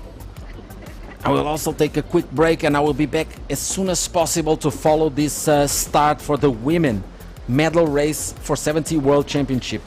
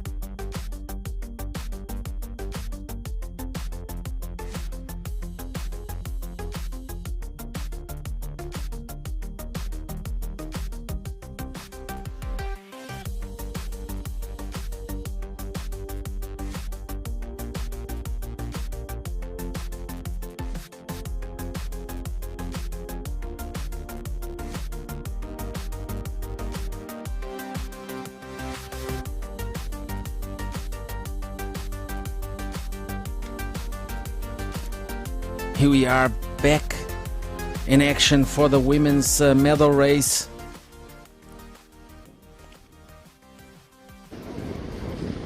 We are less than 4 minutes to go. We are 2 minutes and 20 seconds to the start. The wind has dropped a little bit. We hope we can manage to get this race finished.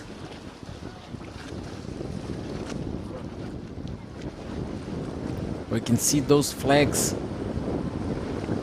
flying nicely at the moment. Some breeze filling in. A little problem, a few problems, technical problems with our cameras. The signal is a little bit low, but here we are. We will be able to see this race. Germans there, they will be looking at the other German team. You can see both Germans there trying. We see Germany 69 trying to stay to leeward, get that leeward advantage position. 1.5 minutes to go. Both Germans tacking into port. It's a match race here between the Germans to get the Olympic spot for Germany. AP is going up again. The wind is quite unstable. AP up. We will get another delay at the start. We apologize for this, but we cannot control the wind. It looks like a big right-hand shift at the moment. We can see that the boats now, they could not even lay the committee boat from the pin.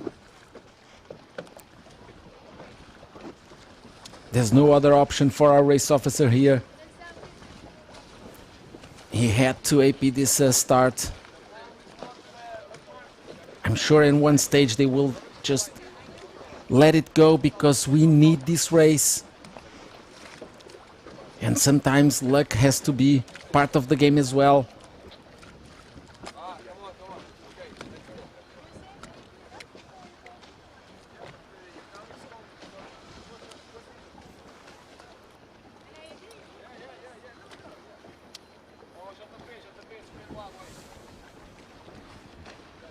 I'm following your messages on the YouTube channel.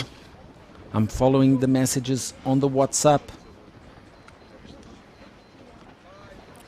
We appreciate all your support following this medal race for the World Championships.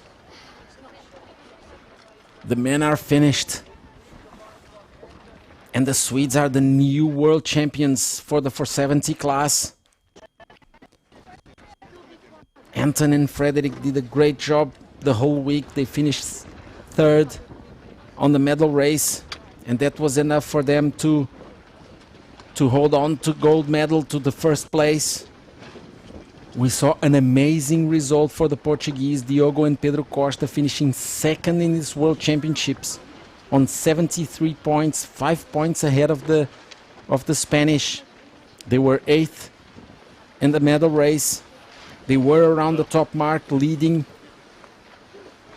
For some moments it looked like the Portuguese could challenge the Swedes, but they didn't manage to hold on to the lead, and the Swedes, they came back beautifully in the race, climbed up to third and claimed the gold medal. Also the Spanish, they did a good job to stay ahead of the Russians, or at least overall. They were seventh in the race. It was very tight for the bronze because the final score, the Spanish finish on 78 points and the Russians on 80 points. We saw the Americans climb to fifth overall, overtake the Greek. Panagiotis and Pavlos finishing sixth overall in the men's fleet. Their target was to beat the other Greek team, so they were match racing the other Greek team around the course. Vasilis and Ioannis, there was not much they could do. They ended up 10th overall, the second Greek team. The Italians finishing 7th overall after a 6th place in the medal race. We saw an amazing medal race from the Hungarians, Balázs and Zombor. They won the race.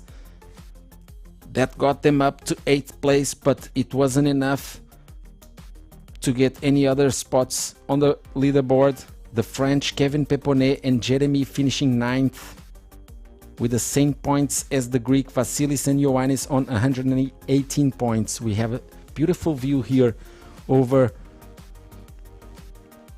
the harbor.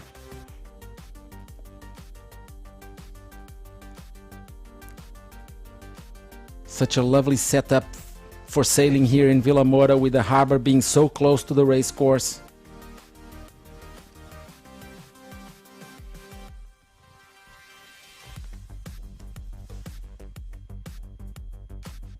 We're waiting for our race officer, our race management team, to get this course ready with the change of wind.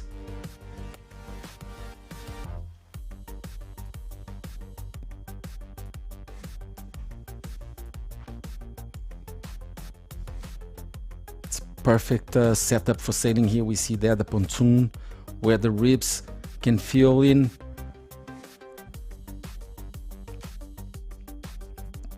The trailer park for the ribs, the crane there to put the ribs in the water and lift them out after. The marina entrance here.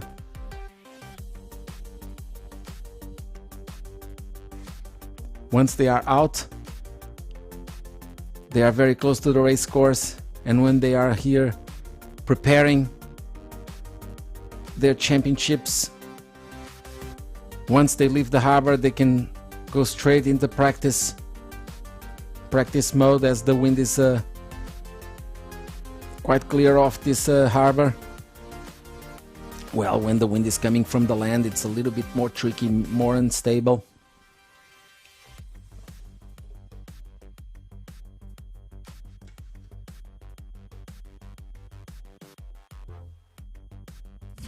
Prow Group, designing sailing destinations. Here we are back into this pre-start procedures. It's only 2 minutes to the start. We see the Germans here. It's very interesting, this view. They are going around the committee boat because they're chasing each other. Germany 69 deciding to stay on starboard. Germany 20 tacking back. They're gonna bear away and go around the committee boat again. They'll be on starboard. Put some pressure on Germany 69. This is a match race here because whoever finishes ahead in this race will go to the Olympics. It feels a little bit pin biased. It's only the Germans here because for them it doesn't matter where they finish overall. They have to finish in front of the other German team.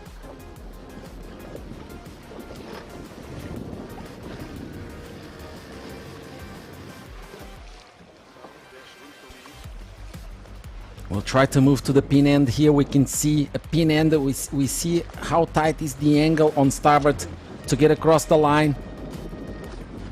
That's the 1 minute gun. Less than 1 minute to the start. The Dutch fighting for the pin, but they cannot drop any height there, otherwise they will not be able to get across that pin end.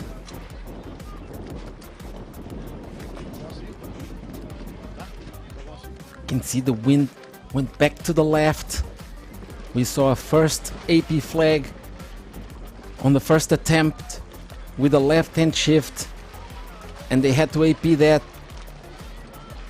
And then on the second attempt we saw the wind go right.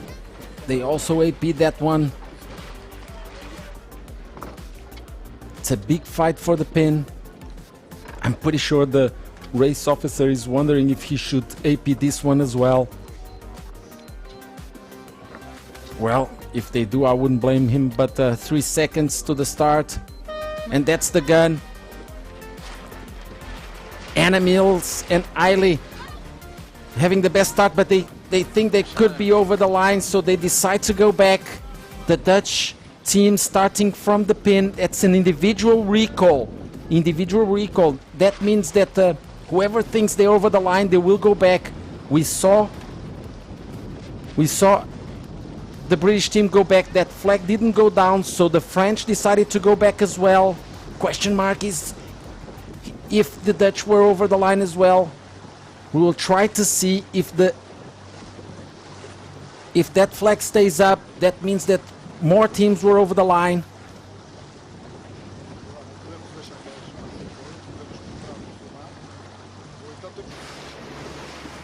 Here, following the race from the right-hand side of the course, we will try to understand if there's any boats disqualified at the start.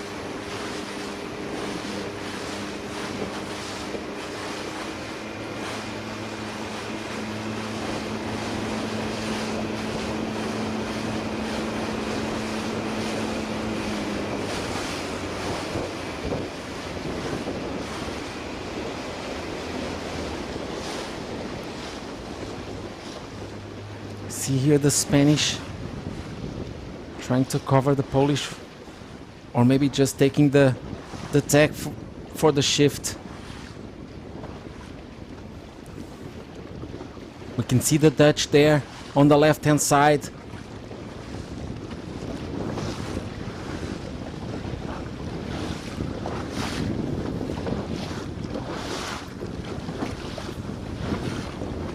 The Spanish looking good at the moment. They are leading the overall score, and they had a good start. Well, we just have here some information that our race officer just abandoned the race. The conditions were not fair enough. That's unfortunate for the Spanish team, but the wind went really far left here, and the race officer decided to give it another attempt.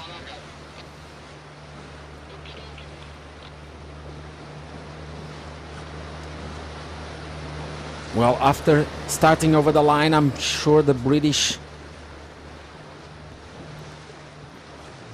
are relieved with that decision from our race officer.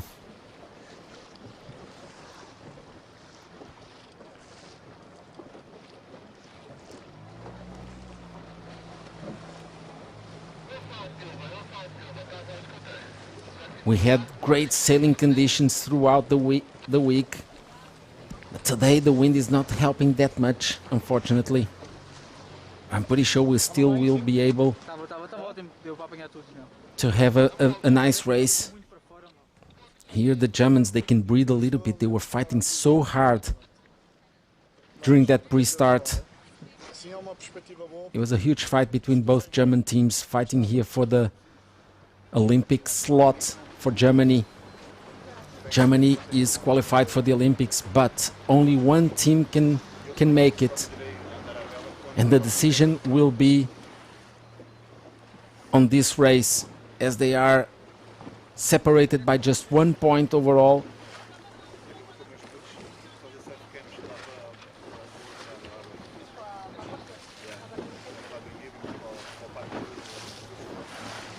The team's now relaxed, a little bit relaxed, going back to the starting line for another attempt.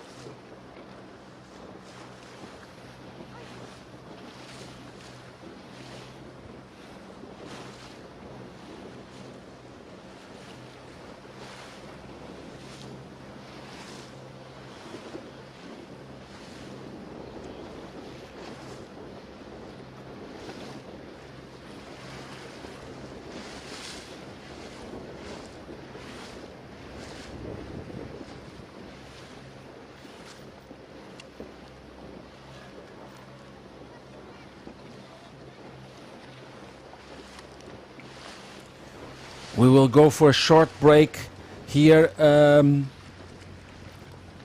race committee is resetting the course, so we will have a little break. We will show you some images, and we will be back as soon as we have a positive on the race, on the starting procedure. Stand by.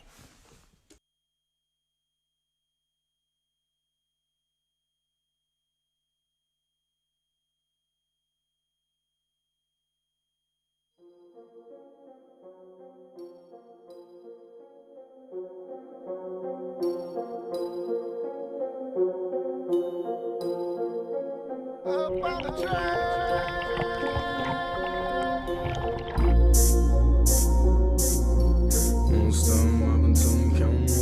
Why? Why cross continents?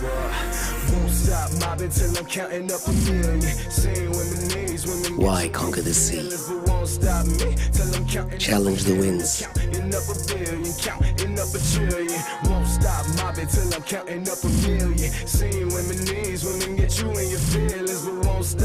Why push boundaries and cross the limits? Won't stop mobbing till I count 100 stacks. Even with a GPS, you couldn't get to where I'm at. Up in Leash, Facing the cold and the rain. couple racks. If you carried all these bags, you would have a bad bag. We do it for the moments. Down low, money out the bag, throwing round low. Left class and I let the ground float. Don't ask if you ain't about dope. Shorty pad told her drop it down low. Money out the bag, throwing round low. Up in first class, got the ground float. Don't ask if you ain't about dope. Won't stop mobbing till I'm counting up a million. Arrive at the sunset Women get you in your feelings. for the memories that are ours. Proud Group, designing sailing destinations.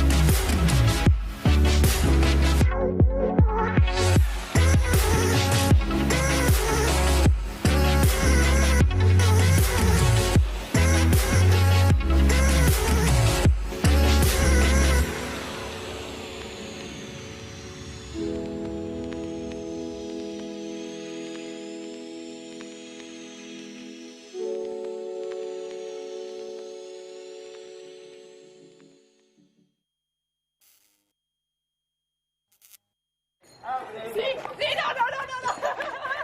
Dio, che Dio?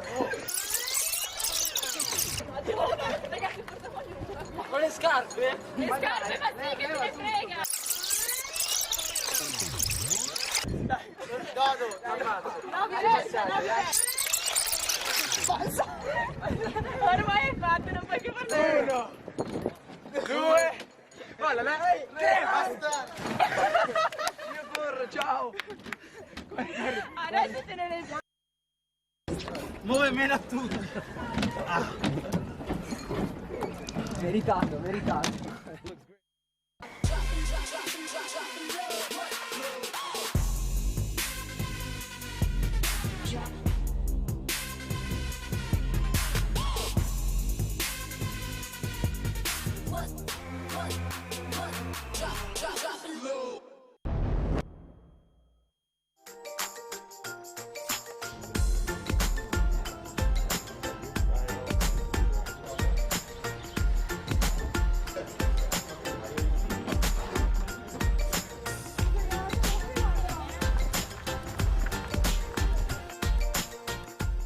It's a perfect place for training during the winter for us because we have the sun and we have very good condition of wind and swell. Yes, perfect. You can imagine when we leave from France, we have our boat in front and it was snowing. So when we arrived here, it was perfect. Lovely place and good weather also. Yeah. It's amazing. Like we cannot have these conditions back home. We have snow right now and ice cold. So this is obviously some of the best places we've been. We here is for training, 49er boats. It's a really great place because many boats here, it's like almost 40 boats. It's good to train with other boats. Yeah, it's a great place to say that. Yeah, the conditions are nice. We had some good windy days, we had some good light winds days, and we enjoy the weather. It's snowing right now in Austria, and we prefer to stay here with the shorts. The facilities are pretty decent. It's all right. You can get your bath if you want, and the slippery is extremely nice. It's so pleasant. It's a big slippery. You can get a lot of boats in and out. The conditions of the water are pretty good. Had all kinds of wind. We had heavy days and really light days, so I find that that's nice. It's also an easy place with the ramp and it's easy to go outside. In few minutes we are outside and in few minutes we come back. So for us we win a lot of times to be there. So yeah, it's a good place, yeah. Our goal is always to have a lot of hours on the water and good practice, and definitely the weather here is so nice, so we get to go and sail every day, and it has been really good. But on top of that, I think it's important that it's a nice place to be, and I think Portuguese people are very hospitable, and the food is lovely, so we've enjoyed it a lot. We had two specific goals. The first one is to come and train with other boats because for the moment in Oman we're not many people, we need many boats training there, and so we would like to share first with other boats, and for the second reason is for sure to train in south of Europe because on your place we hear about your place, and we would like to come here for the weather, for the accommodation, for everything you have here. Our goal is basically to have as many hours on the water as possible. At home we cannot sail, it's too cold. And I think we already succeed our goal because we've been sailing so much and have had so many hours. We wanted to work many aspects, but especially technical aspect. So it was very good so we wanted to make a lot of volume of sailing. So we make sometimes one session in the morning and one session in the afternoon. So we make a lot of time on the water and repeat the technical aspect, make starts and speak about sails, mast, a lot of things, yeah. Well, so far we experienced Portugal people as a very polite and welcoming people, and we really like staying here. We love Portugal, we love the hospitality here, and obviously the sailing conditions are very good, and that's why we are here basically. We like that it's a nice place to be, but the sailing conditions are the best in my opinion in Europe for what we're doing right now. Vilamoura sailing, we love it.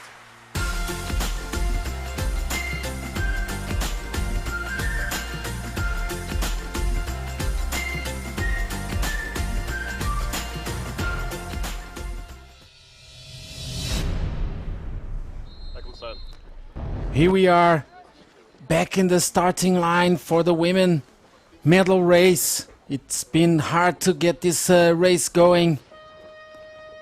This is the start. Sorry about the delay getting back here, but the conditions are tricky. We see the start here.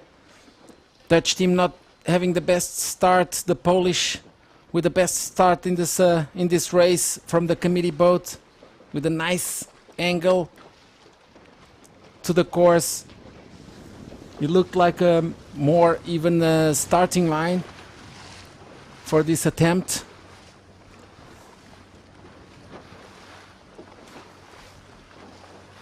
I believe that now, once the fleet is off the line with the even start, our race officer will let it go. See the Spanish on the left-hand side of the course and the Dutch here on the right hand. A split could be dangerous for the Spanish, but if they want to go left, means that they are confident on this side of the course.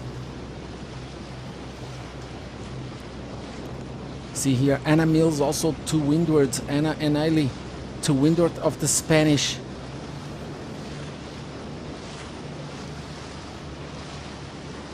They are 13 points behind the Spanish. They need a few boats in between. But they also have the Dutch and the Italians with better scores. Hannah and Ailey, they need quite a complicated mathematics here to get to the gold medal. They are 6 points behind the Italians. That means 3 boats, 3 places ahead of them. And then they have 10 points to the Dutch. So that's 5 places in this race. You see here the Dutch looking really strong on the right hand side with some nice pressure and the right hand shift.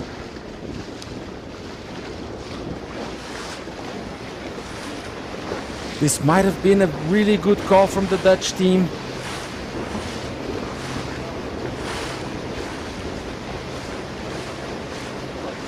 You see the French here in a good position, the Polish to lowered. Polish had the best start, but it looks like the French made a good move together with the Dutch. We see on your left hand side of the screen both German teams. They are fighting for a slot for the Olympics. It looks like Louise and Anastasia now have an edge on Therese and Birte. Polish going for attack. Italians there in the middle of the course. Not looking great for the moment.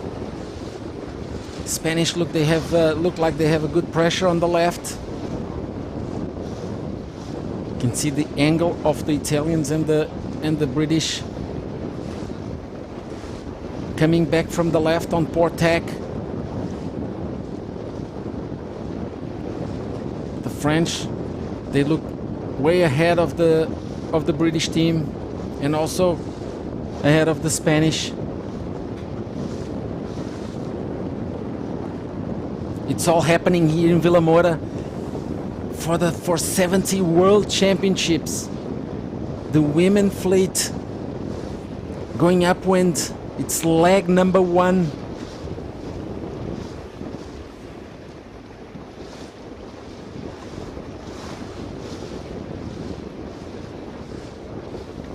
It's leg number 1 for this medal race. We'll keep an eye on this crossing between the Dutch and the Spanish. This is the fight for the gold medal. Only 3 points separating these two teams. That means that the Dutch, to get the gold medal, they need to have a boat in between them. That will get them 4 points to the Spanish.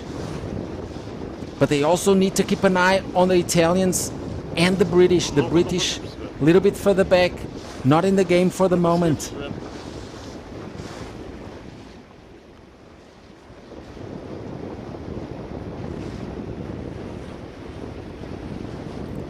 Dutch team here clear ahead of the Spanish. Aphrodite and Lopka As it is, they could become world champions. It will be very tight until the end. The scoreboard, it's really, really tight between 4 teams.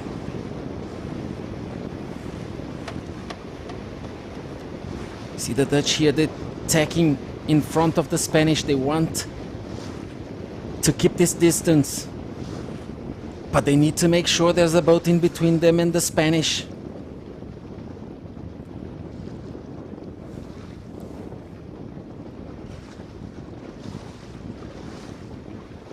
The French, they came from the right-hand side of the course. They got across to the left-hand side now, tacking back to the right, positioning themselves between the top mark and the rest of the fleet.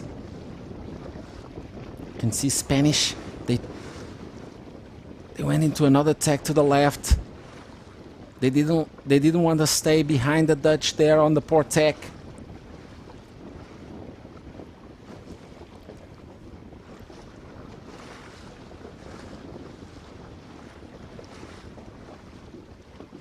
We can see his light.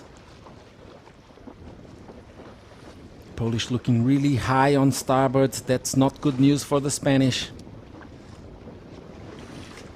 Because being on the left-hand side of the course, if the wind stays to the right, they will struggle to tack across on port in a good position. Going for a tack.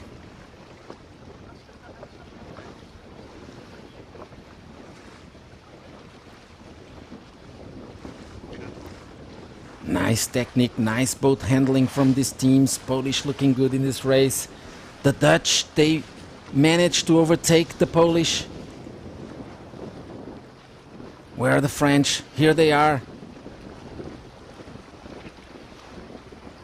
It looks like the right-hand side of the course was the side to play.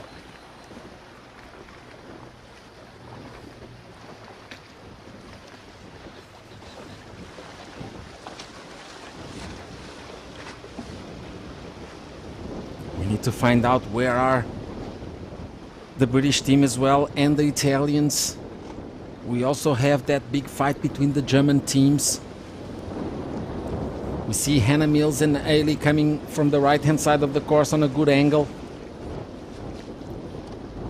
French team approaching the top mark. Camille and Aloise. We're gonna stay here with the top mark to see the mark roundings. We start writing down numbers, getting the calculator out. The Dutch tacking underneath the British team. I can hear a protester yell there. If the Dutch tacked inside the zone, that means they fouled. They might go into a turn here. They might do a turn here. They don't need to risk anything. Or they're gonna go for a hoist. They go for a hoist. We see a whistle. Italians going around the mark now. A few boats in between the Dutch and the Spanish. Spanish just getting to the top mark here. They have a lot of work to do.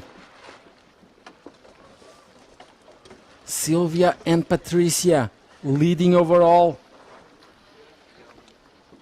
But on a fragile position to lose this fight against the Dutch. We see the Germans there. They are only thinking about this fight between them.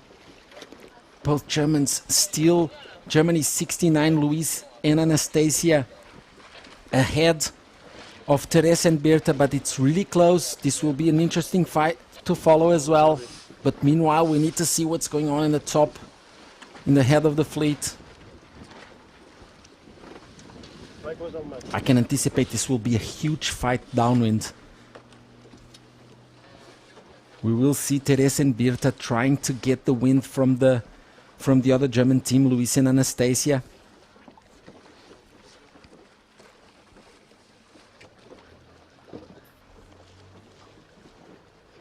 Italy closing this pack, Benedetta and Alessandra. They didn't have much to play on this medal race since they lost the Olympic trials to the other Italian team, Elena and Bianca.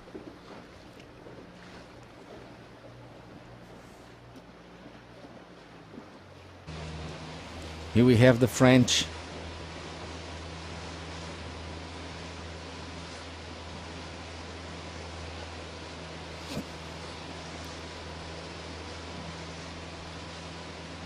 The French were leading at the top mark, going now downwind. It's leg number 2. They will go downwind to the gate. Will be 2 marks on the bottom gate. They will need to choose which one. They have to try and find out which mark is more favorable.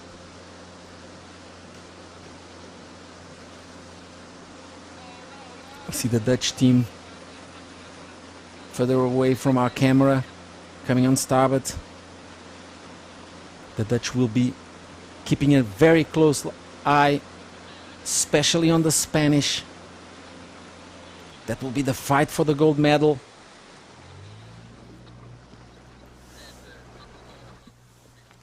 The French here leading this race. They could be challenging Hannah and Eiley for 4th place, or even Elena and Bianca for the bronze medal, as they are a little bit further back in the pack.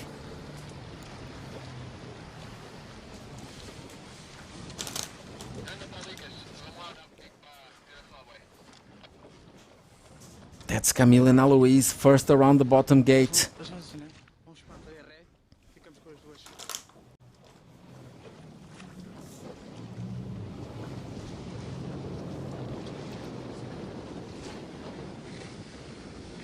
Lobcat dropping that spinnaker, keeping it smooth.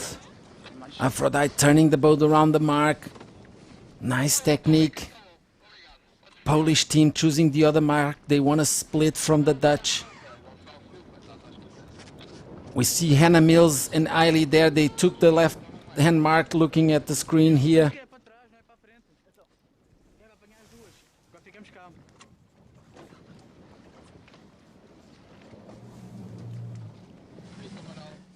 Elena and Bianca going around the mark, 5th in this race. I believe the Spanish will follow. So there is at least 3 boats between the Dutch and the Spanish. Sylvia and Patricia with a lot of work to do here if they want to hold on to the lead overall. We can see the Dutch looking strong on the right-hand side.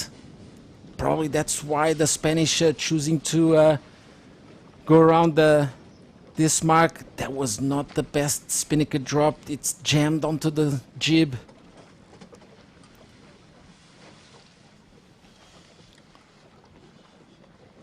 You can see the Americans dropping their spinnaker, following the Spanish into the left-hand side of the course.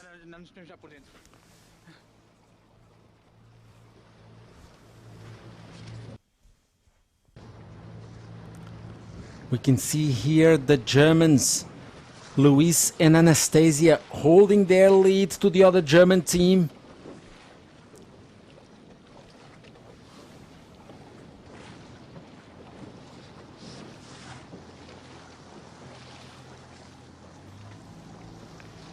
And Italy,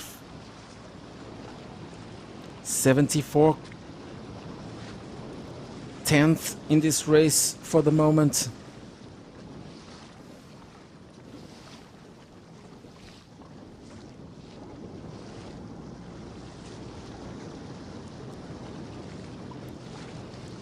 Hannah Mills and Eiley, they were 2 places ahead of the Italians.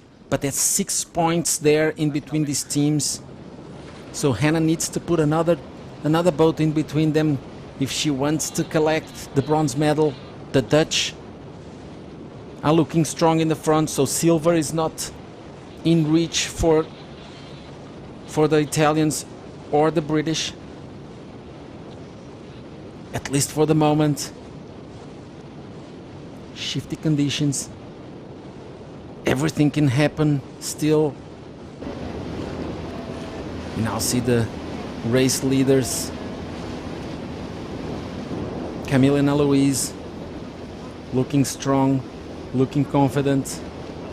That's the only thing they can do for the moment. They need to see what's going on behind the British, 11 points ahead of them. If they want to climb the overall leaderboard, they need a few boats in between.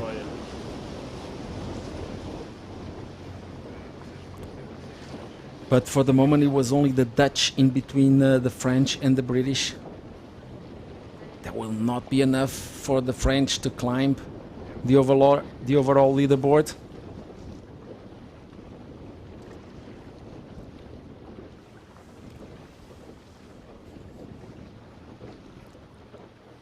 We're going upwind for the second time.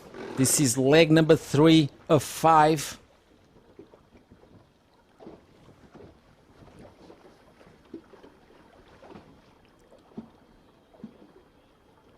The wind is light, but it looks like a little bit more steady on the direction. We saw the Dutch team protecting the right-hand side of the course and the Spanish going to the left.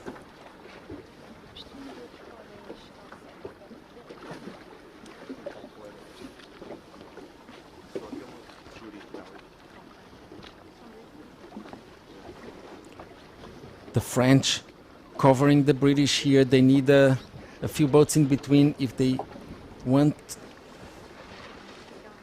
to improve their overall score from 5th to 4th.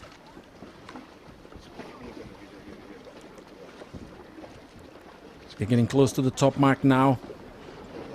Looks like they are laying the mark. Very light. We see the Spanish. That left-hand side, it doesn't look like it paid that much. That's the Dutch.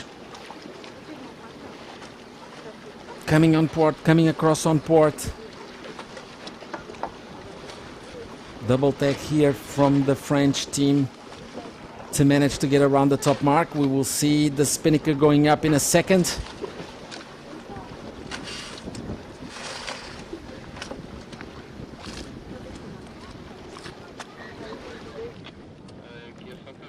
I can see the questions here if the Dutch fouled the British. Our umpires were looking at that. It feels like the Dutch on that first mark rounding, they tacked underneath the British, but they might have been outside the zone. If that was the case, they are allowed to tack as long as they're clear off the British. See the Dutch team here going around the mark 3rd. They look in control. They could become the new world champions in the 470 class. Aphrodite and Lopka going downwind, spinnaker up. It's all happening here right now. Ladies and gents, we could see the Dutch moving into the lead of this overall scoreboard.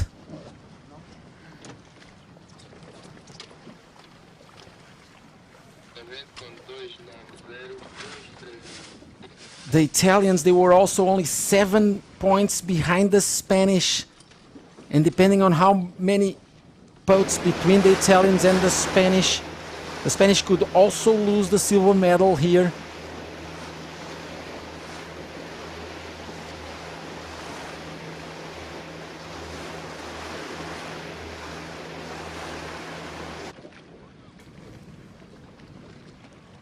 We see right now the Spanish here. They still have a few boats behind them. I can see at least 3.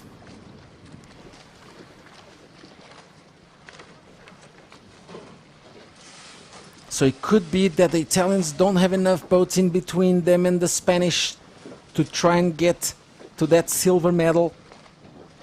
So at the moment, we have the Dutch team leading the overall score from the Spanish and from the Italians.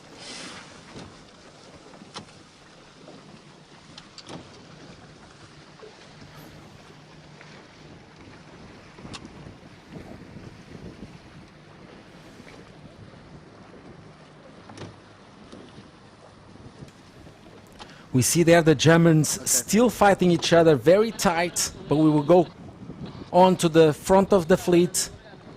We see here Luis and Anastasia in control of Teresa and Birta, both from Germany. Here we go to the front of the fleet. Now we see the French managing very nicely this lead over the English team. Sorry, the British team. The British team, it looks like they are ahead of the Dutch. Dutch now coming down fourth, I believe. I wonder where how many boats between the Dutch and the Spanish, but at least the Italians were in between them.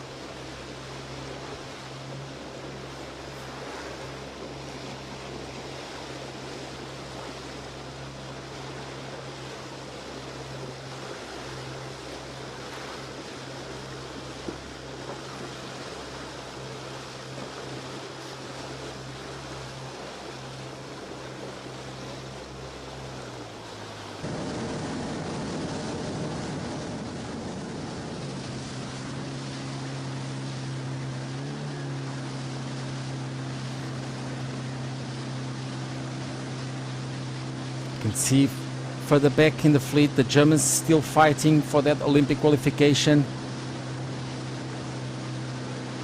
Spanish looks like they're sixth now.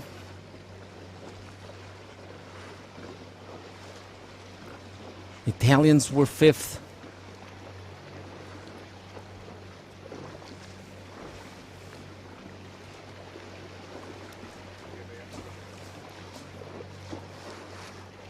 We can see the French here in control. That will be the last mark rounding to the finish, leading the race. Hannah and Eiley second in this race right now, but I'm afraid that will not be enough for them to get to the medals. We see the Polish behind them coming down third. Then we have the big fight for the gold medal between the Dutch and the Spanish.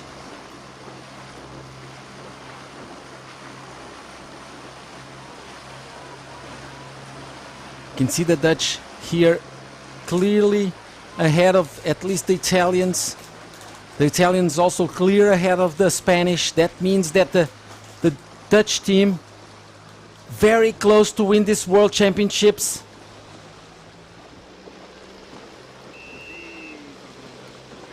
There is a whistle. We'll try to find out here what's going on. Looks like the British have a penalty. They dropped the spinnaker. They might be going into a turn. We see now France winning the medal race. And the Dutch will be the next world champions. We can see everybody cheering for them here. It's Poland second, but the important one is the Dutch team. Aphrodite and Lopka, world champions. The confirmation will come very shortly. If there's another boat crossing that finishing line before the Spanish, they will be champions. But they're confident. There were a few boats in between.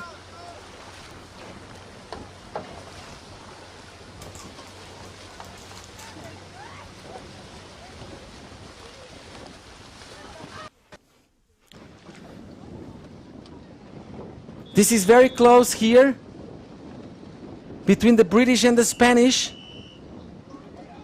But the British are going to cross the finishing line before the Spanish.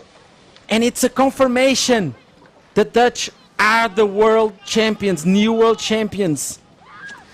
Spain holding on to silver. They're also happy about that.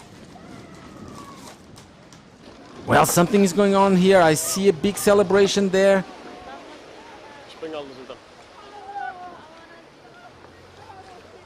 I'm not sure what's going on here. They're celebrating.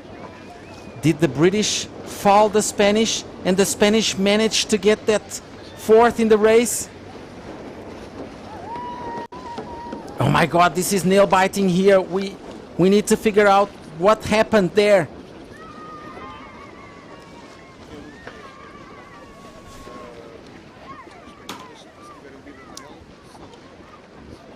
If that is the case, the Dutch didn't expect that to happen because they needed someone in between. Somehow the Spanish managed to get through.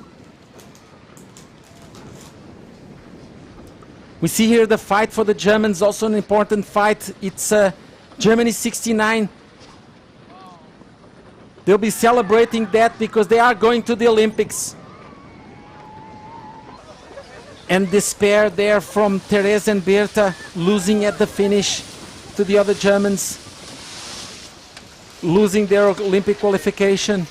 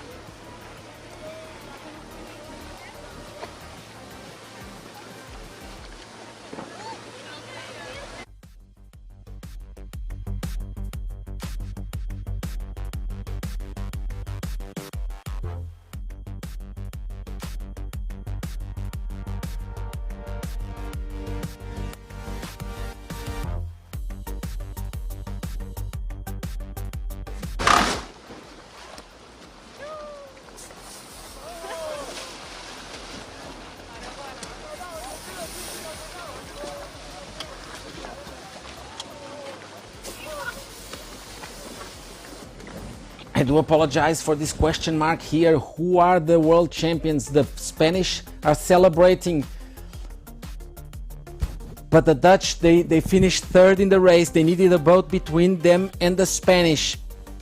We saw the British cross the finishing line, but they could have had a penalty. If that is the case, the Spanish, it means the Spanish crossed the finishing line in fourth, just 1 point behind the Dutch, and that means they are the new world champions. I mean, looking at this celebration, that must be the case.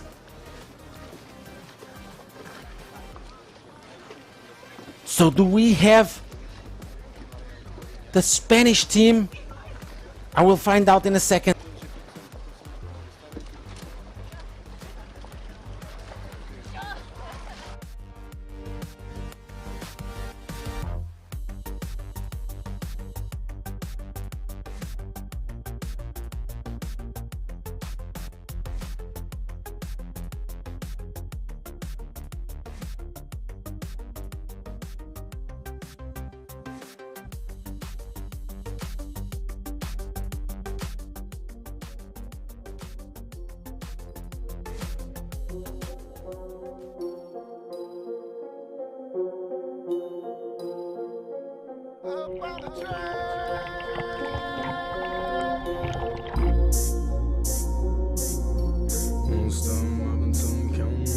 Why?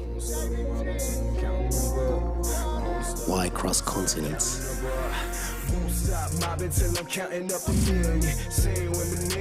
Why conquer the sea? Challenge the winds.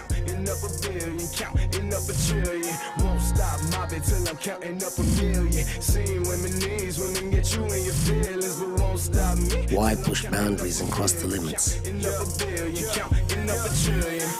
stop mobbing till I count 100 stacks. Even with a GPS, you couldn't get to where I'm at. Up in these Facing the cold and the rain. couple racks. If you carried all these bags, you would have a bad bag. We do it for the moments. Down low, down low. Money out the bag, throwing round low, round low. Left class and I let the ground flow, ground flow. Don't ask if you ain't about dope, about dope. Shorty bad, told her drop it down low, down low. Money out the bag, throwing round low, round low. Up in first class, got the ground flow, ground flow. Don't ask if you ain't about dope, about dope. Won't stop mobbing till I'm counting up a few. Arrive at the sunset Women get you in your for the memories that are ours.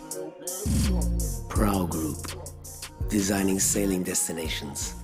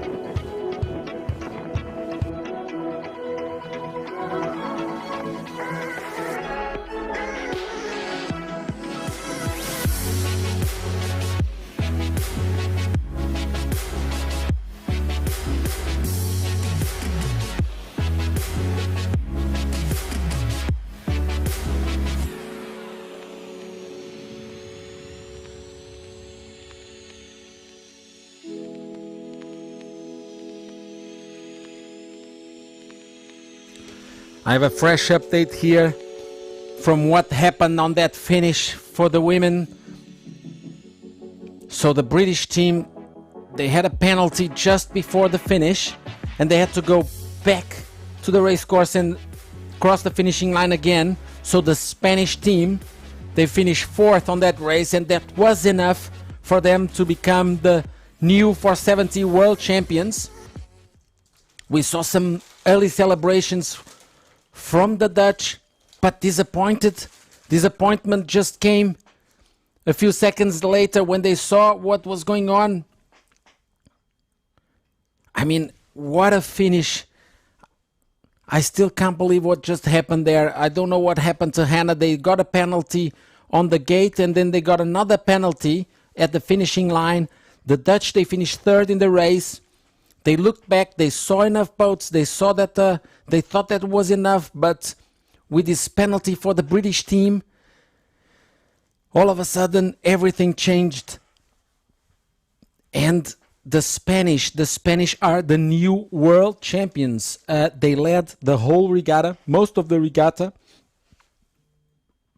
Perfect series, and in the end they managed to hold on to the top of the leaderboard. So we have Spain 18, Silvia and Patricia, world champions in the 470 class, ahead of Aphrodite and Lopka in the second place, getting the silver medal. And then the Italians, Elena and Bianca, bronze medal in these World Championships, Vilamoura 2021. Now we are going into the mixed fleet medal race.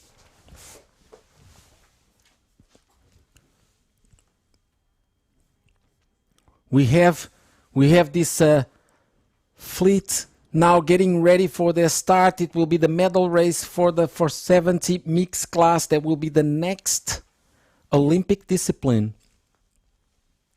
At the moment we have 10 teams fighting here for this championship. We have also a very close, looks like the Israelis, Jill and Noam, Israel 3-11, 51 points. They are 15 points ahead of second. But then we have 4, 5, 6 teams that could get the silver and the bronze. Still the Israelis, they have to make sure they don't finish too far back in this race. We have here a drone shot over the fleet. We see all 10 boats there fighting for the start, getting ready. It must be very close to the gun. We see the boats bearing away, getting the acceleration, and that is the start for the mixed teams. Here we go. We see GBR 7, Amy and James on 68 points. They started at a committee boat, went straight for attack. They're only 2 points behind the Italians, Maria and Bruno, lying second overall with the same points as Freya and Marcus from Great Britain. See here on the left-hand side, it's Tal and Noah from Israel, 1-2-1.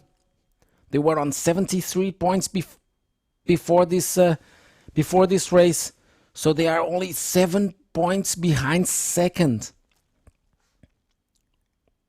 We have 12 points separating second and eighth overall.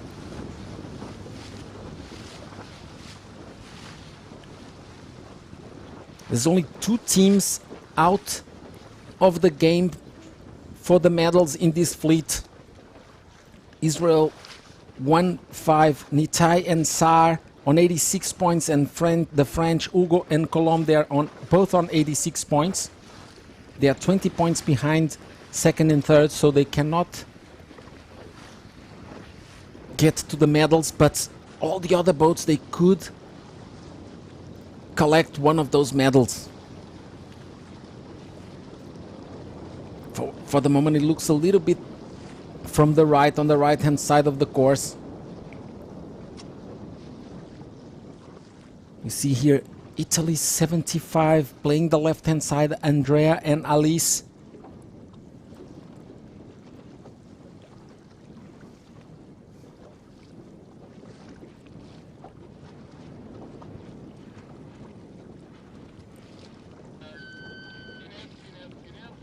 Israel 3-1-1 leading the overall scoreboard. Jill and Noam on 51 points. They have a 15-point lead over second place, so they just need to finish 8th in this race to hold on to their lead. We can see them there in the middle of the fleet. All they need to do is a conservative race, make sure they have two boats behind them. Italy 54, second overall before this start, looking good on the right hand side. We will see the angle out of this tack, see if they can get across.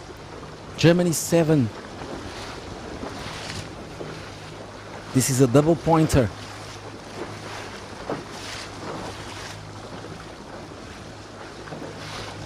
But boats on the left also with a good angle coming on port at the moment. The team's fighting for a good lane here, tacking back and forward.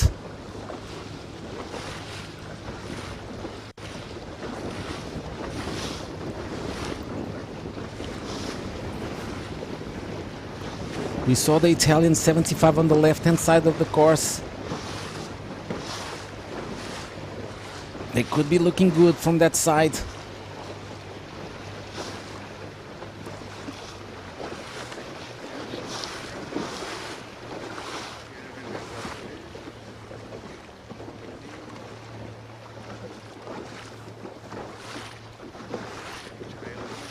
All four teams from Great Britain here in this fleet with a chance to get a medal. But the ones that are looking better right now is GBR 7, Amy and James.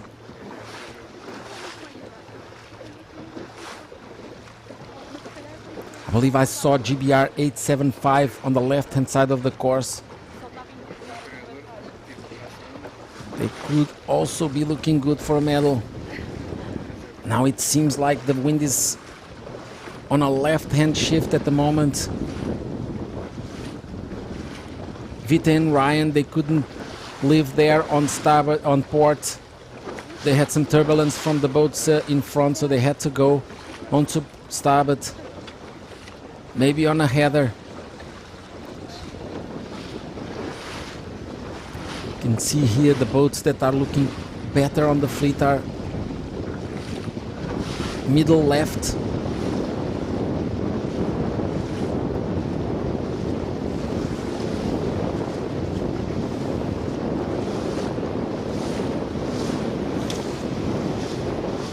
See Israel 15 here on a good position, but they were 10th overall on 86 points. They cannot reach the medals, but they can get a lot of boats here on the overall score if they have a good race here, a good result on this final race. We see they're leading for the moment, and then the Israelis 3-1-1 looking strong. They are the leaders overall.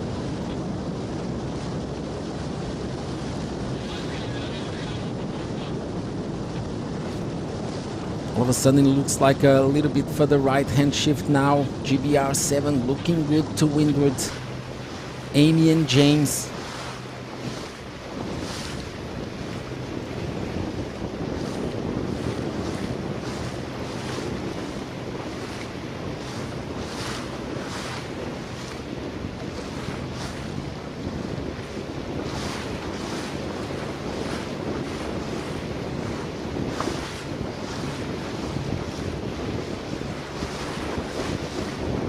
The mixed teams is the final race, the medal race. This is the decider for the medals.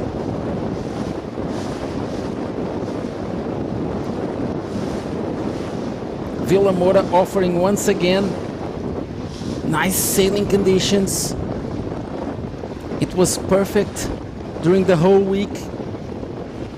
11 races completed so far for all the classes.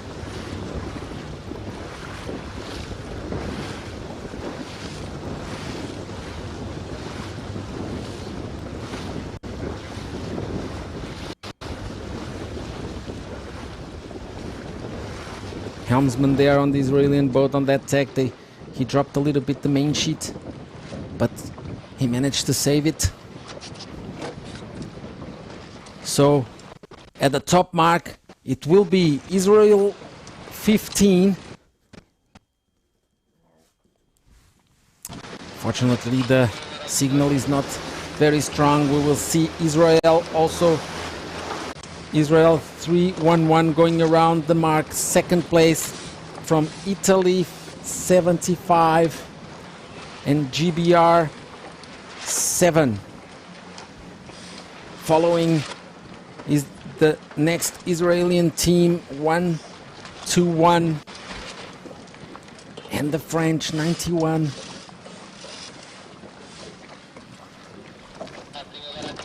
Next one will be Italy 54. They were second overall before this race.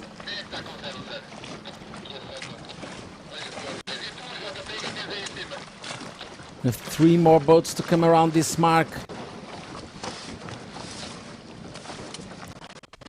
One of them is GBR 875.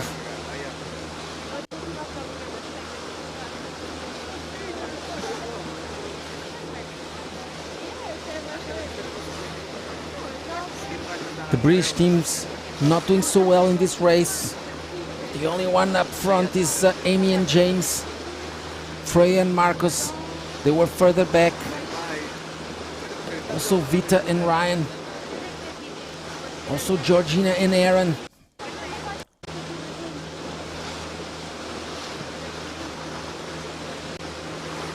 Having a look here at the overall leaders, the Israelis, Jill and Noam, looking very much in control of this regatta to become the first for 70 mixed world champions.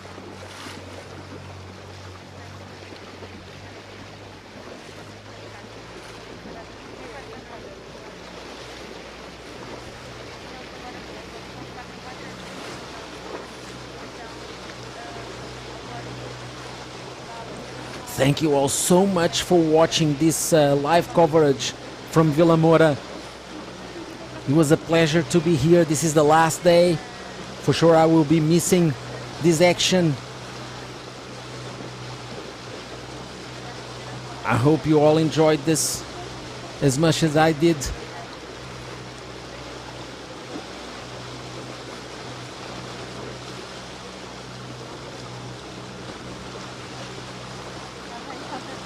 This is leg number 2 of the medal race from the mixed teams. We see here Israeli teams dominating this medal race here. First and second around the top mark.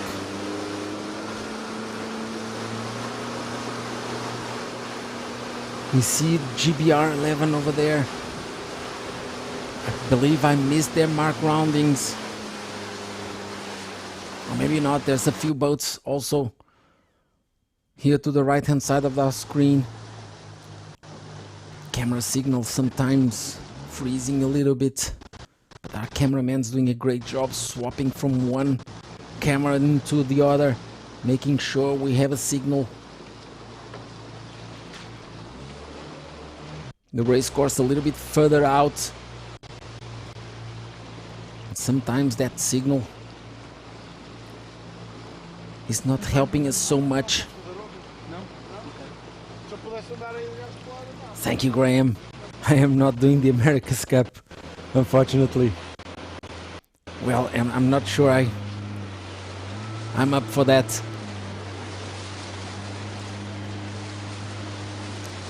Thank you all for your comments. We are now approaching the bottom gate here. They're gonna go around this gate onto the third leg of this course. Israel 15 from 10th overall, now leading the medal race. They will be happy with this performance today. Followed by the overall leaders, Jill and Noam, Nitai and Sar leading the race from the other Israeli team. Very tight here for third. We have France and GBR 7 taking this mark, and on the other mark, on the other gate mark, it's Israel 121 and Italy 75. 4 boats really close, fighting for this third place in this race. Italy 54. They have some work to do.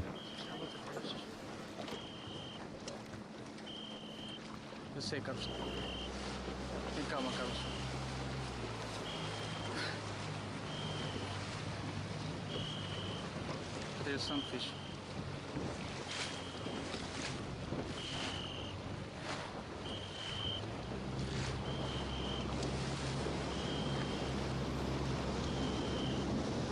GBR 889 going around the mark. They were 7th overall. Georgina and Aaron, they were on 75 points.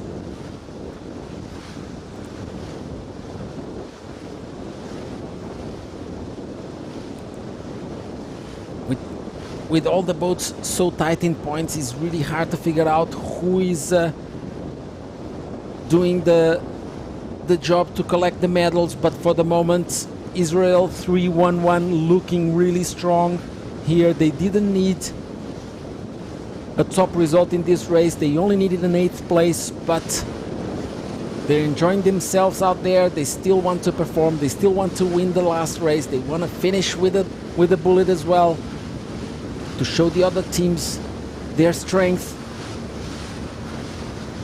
They were second around the mark, just behind Israel 15.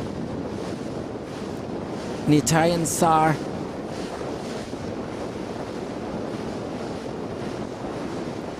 Breeze picking up a little bit here.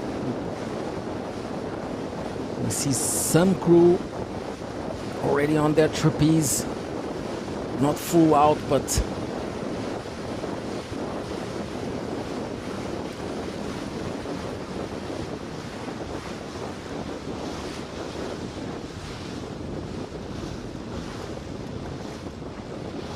a good shot here over France 91. They were looking okay at the top mark. On the bottom gate, I'm sorry. Team from France, Hugo and Colombe Julia.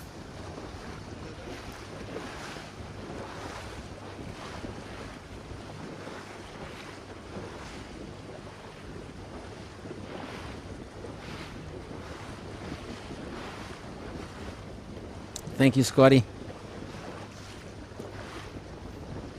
Are we looking for that beer in Cornwall?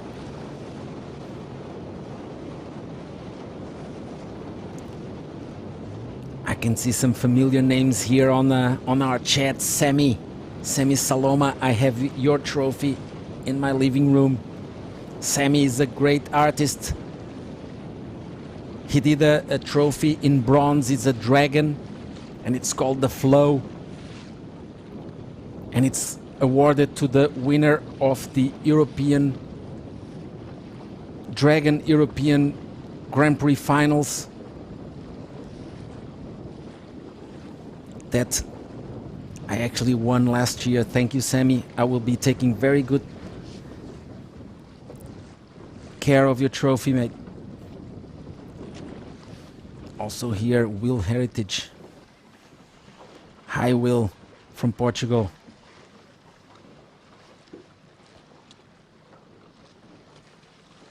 Mick Mans, thank you for your comments. So here we are around the top mark. Leading the fleet is Israel, still Israel 15, followed by Israel 3-1-1. Overall leaders totally in control here.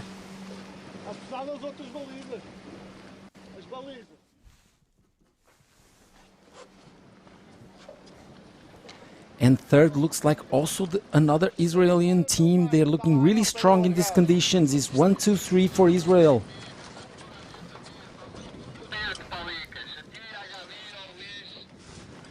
Fourth place, we see Italy 75. They're all gonna go downwind. This race is coming into an end. France 91, fifth around the mark.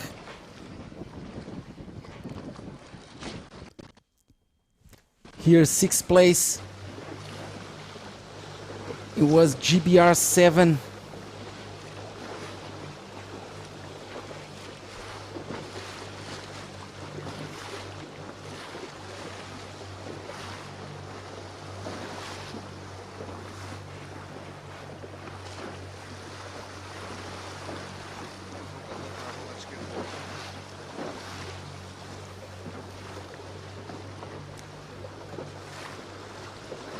It's light, but very technical here. Beautiful weather in Vilamoura. The view over Praia da Falésia on the right hand side.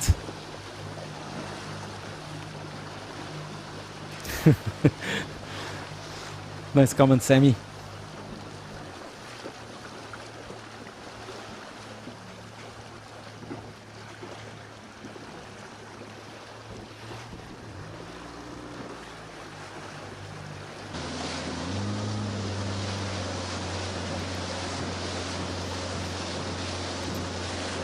Vilamoura offering great sailing for the Olympic classes. Also this mixed team, not yet an Olympic class, but it will be for 2024 Olympics Paris. A lot of sailing here in Vilamoura all year long.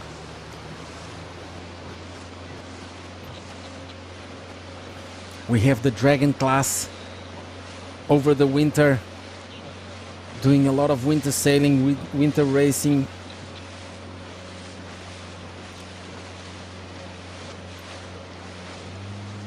Sailing clinics in the Dragons, with a nice charter boat fleet here for people just to jump on a plane, come down and do a bit of sailing in a Dragon.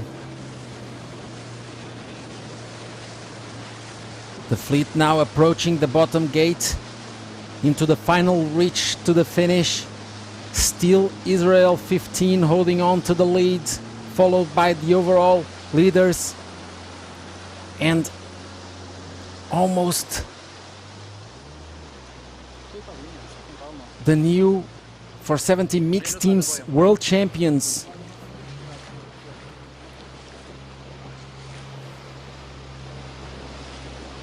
Look at this shot from our drone. Beautiful.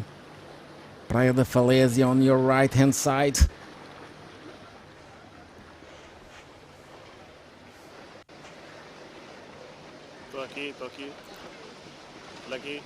Thank you, Gordon Stephens. Thank you, Glenn Morgan. I'm watching all your messages.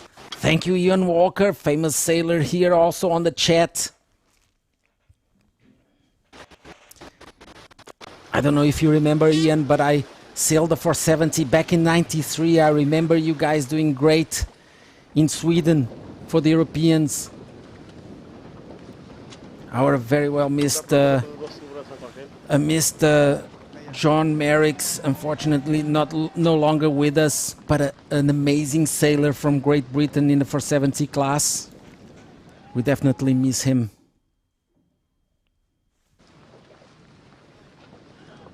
Thank you, Ian Walker, for your comments. Thank you, Lena. Also, you've been a very loyal follower here. The winners of the mixed teams for 70 World Championships, and we see Italy 75 getting across the line as well, followed by France 91 and GBR 7. We see a whistle. We can hear a whistle here. We saw drama with the women fleet with a whistle also changing the overall result in the end, but this is not gonna escape from this Israeli team. They've done a great job. Well done. Congratulations to the new 470 mixed world champions, Jill and Noam. The British team's not having a great race here today. See 875 there, and GBR 11 and GBR 889 in the back of the fleet. You can check the overall results on our website. They will be soon updated, and we will confirm the top of the leaderboard. Meanwhile, we are confirmed here that Israel 311 are the world champions.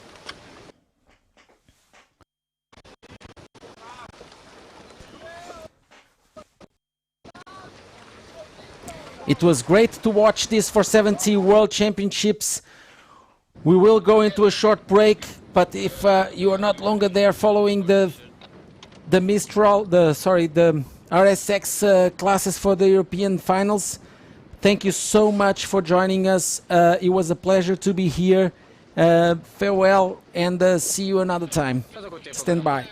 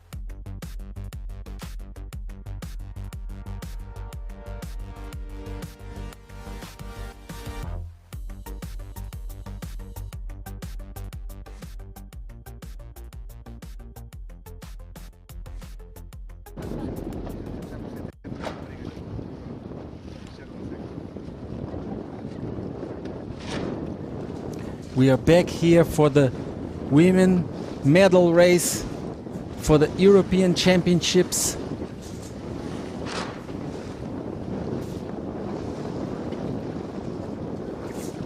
Less than 4 minutes to go. This is the women fleet medal race for the European Championships.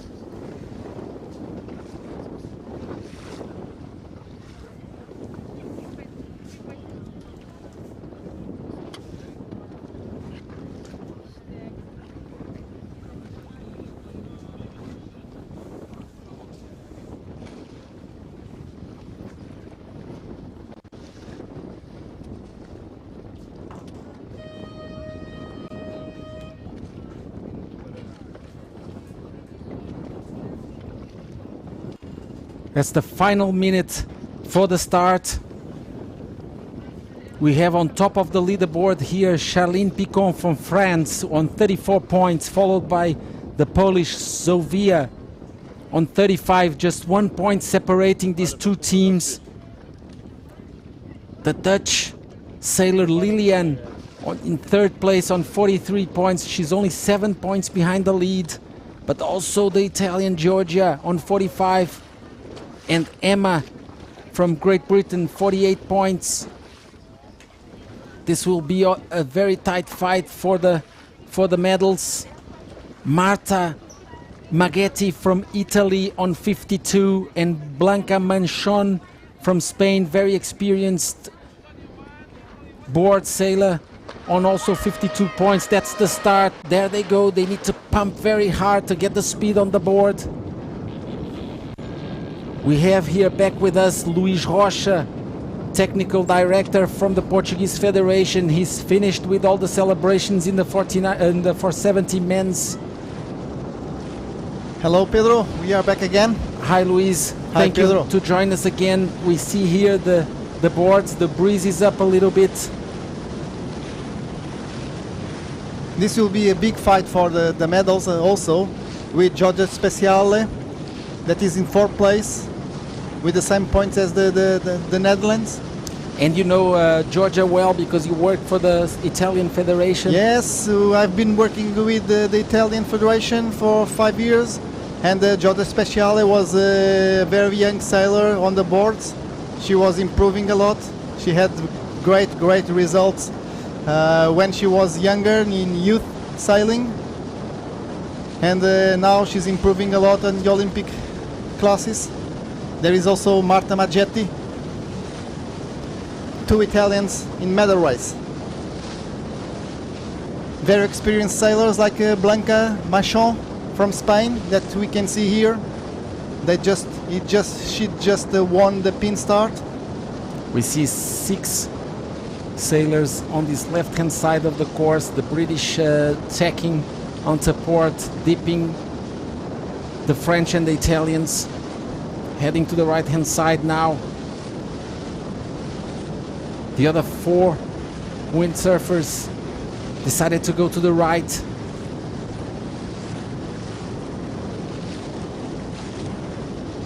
Zofia here from Poland, second overall before this start.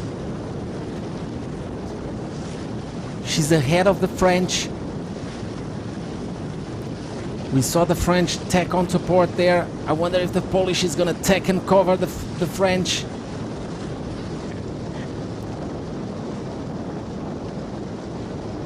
Zofia right now looking strong. Wearing that blue bib as second overall. Went for attack and straight pumping to get the speed on the board, followed by the Spanish Blanca. Luis, the Polish girl's looking strong here. She's in control. We can see the French to leeward. We know that the boards, they don't point as high as the 470s, so quite wide angles here.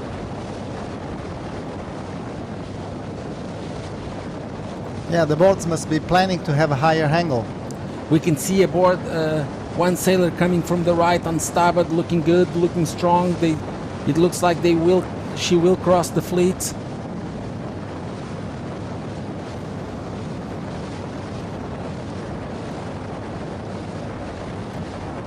This has been a long day. We already followed 3 medal races for the 470 class for the World Championships. Now we are following live the European RSX medal races. First the women, the next one will be the men, and we can see here the Dutch girl Lilian looking really strong from the right, Luis. She's crossing the fleet on starboard. She needs a few sailors in between her and the Polish and the French to become the world champion. We see the French Charlene crossing on port behind a few boards. She has good pressure from the right, this Dutch sailor Lilian de Goes.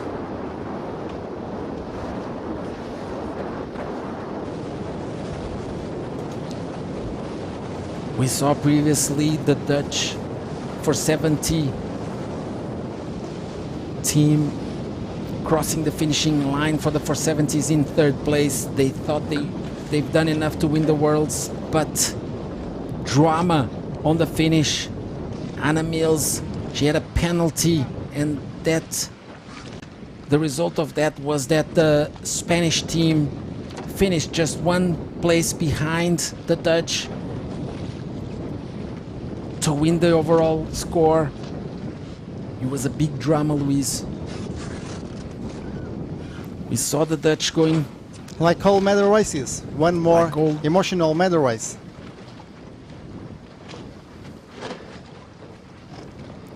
A very tight here fight for second in this race. The French managed to get past the Polish. It's Denmark from France, from Israel. Marta Maggetti. And the Italian going around. We will see the Estonian now, 6 in this race. Then GBR 7, that's Emma Wilson and Italy. But you know, Pedro, on the boards, that planning is so much important, so the difference of pressure can decide everything. So with these tricky conditions, all is possible, even for Giorgio Speciale, that is a lot behind. And also for the boards that are in front, they must take care a lot, they must look for the pressure to have the boards planning.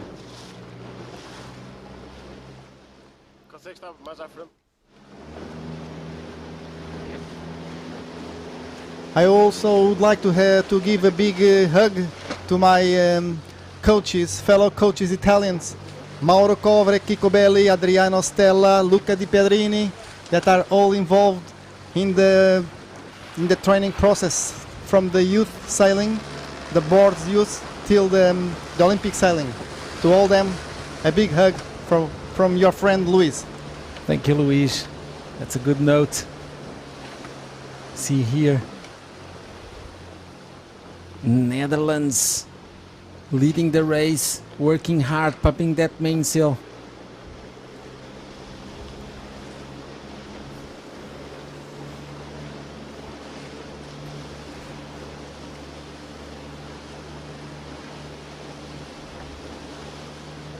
She's doing the best she can to try and challenge the overall leaders. Charlene Picon from France and Sofia Nosetti Klepaka from Poland, 35 points.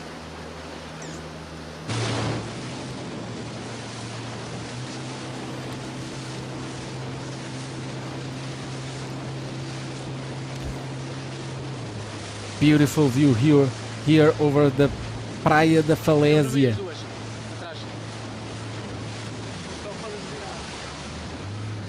In the south coast of Portugal, in Vilamoura. We see here the gate, they're approaching the gate now. Course change.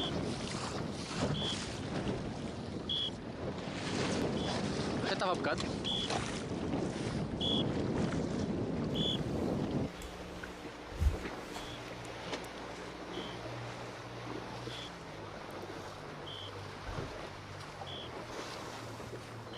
So it's once again Netherlands leading the race.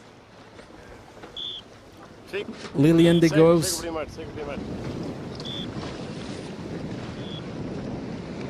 Followed by Italy 157, Marta Maghetti, second.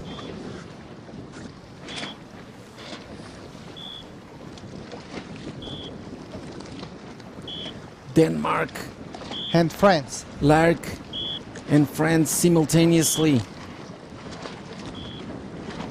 Israel and Estonia.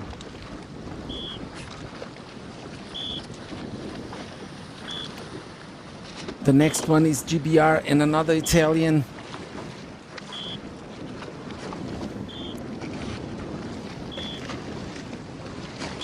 We see the Polish He's not in a very now. good position. Georgia Speciale, that is 4 overall, is not in a very good position to fight for the medals.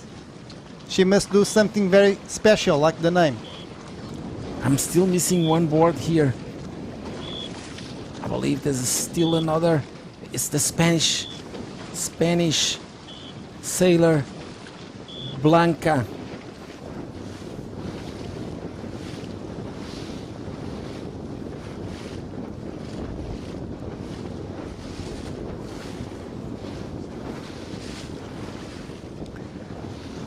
So the wind is not so strong enough for planning conditions.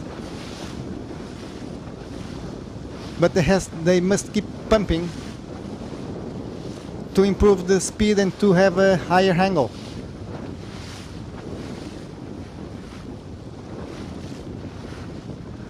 Okay, you can see the France now.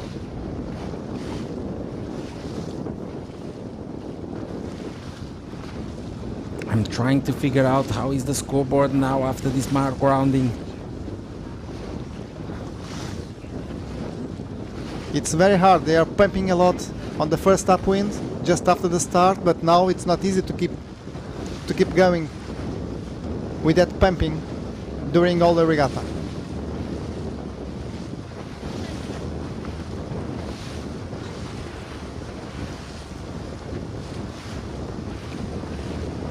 Okay, now you can see more pressure. So at the moment, as it is, it would be Charlene Picon still winning the overall and only 3 points behind, followed by the Dutch Lilian.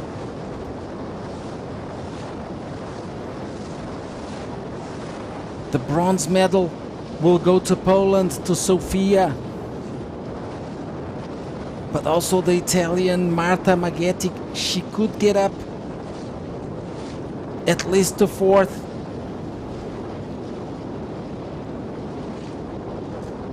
It's all happening here in Vilamoura for the windsurf, the RSSX European Championships for the women.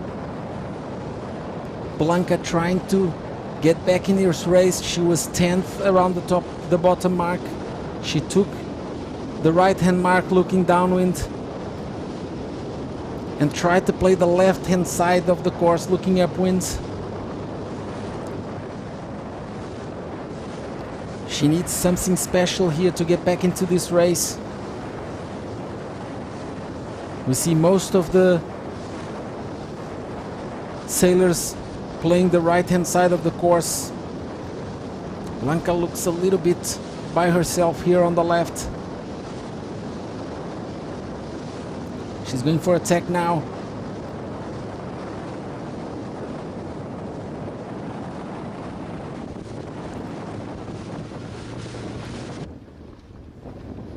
Here we are back to the front of the fleet.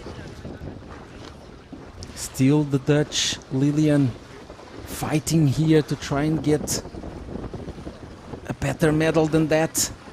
She's third overall.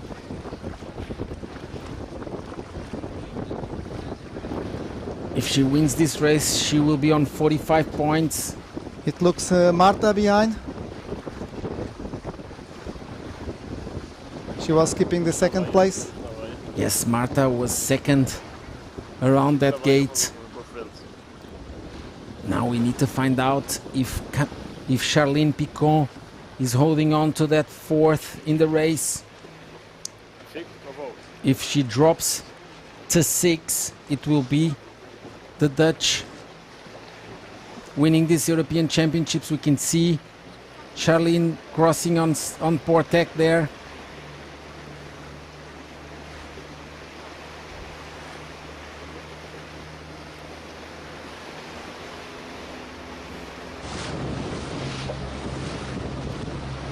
We see Marta, she went around the top mark second, but we see that Charlene has managed to overtake the Danish girl. Actually, Lark from Denmark, she dropped at least 3 places. Charlene looking really strong here to win the European Championships, Luis. Will be drama till the end. Well, she moved up to third, so that means she will be on 40 points, 5 points ahead of the Dutch Lilian de Goes. I hope I spelled that right.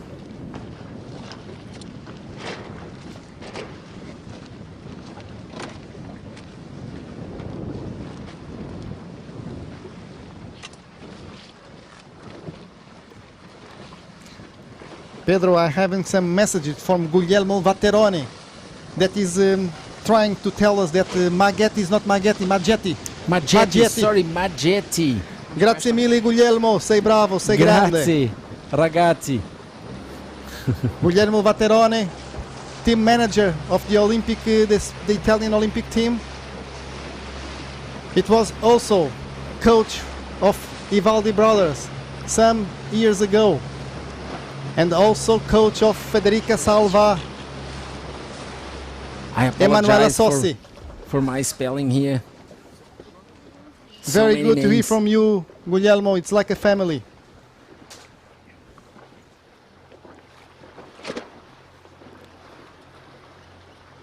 We can see here Marta trying to get closer to Lilian. She wants to win that medal race. But the Dutch looking really strong, pumping that sail.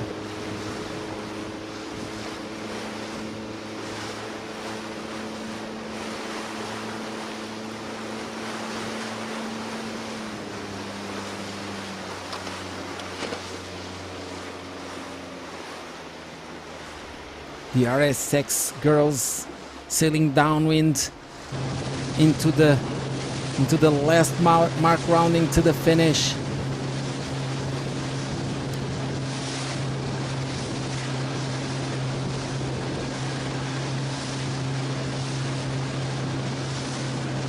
Beautiful weather here in Vilamoura, Luis. Looks like summer is just around the corner.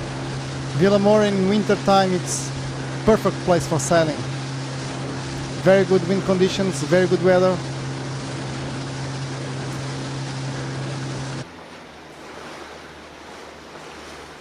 Here we are back in the front of the fleet with Marta working hard, trying to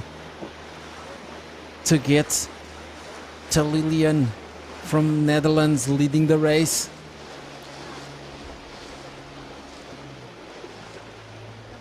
And we can see that there's not so many situations of protest in these medal races. So I just have a call from Luigi Bertini that said that I'm not calling his name, but he was loving me anyway. Luigi, a big hug for you too. Luigi was our guest on the second day of racing. He was doing the comments here with me. It was a pleasure to have him here. Luigi Bertini, rule advisor of the Olympic team, the Italians. Here we go. This is the final moments of the medal race for the women fleet on the RSX European Championships. And it's Netherlands taking the victory on the medal race. Lilian de Goes.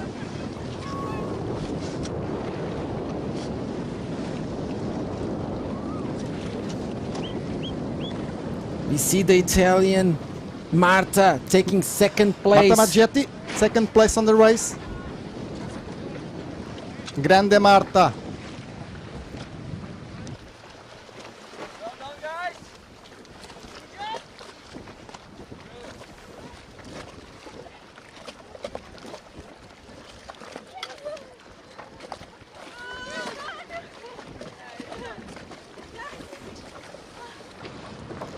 We see here Charlene approaching the finishing line, and she is the European champion. RSX 2021. Celebration here. We see Israel crossing the finishing line in fourth place for Kati. Here we are with the new European champion. The British girl here, Emma Wilson, crossing the finishing line in fifth.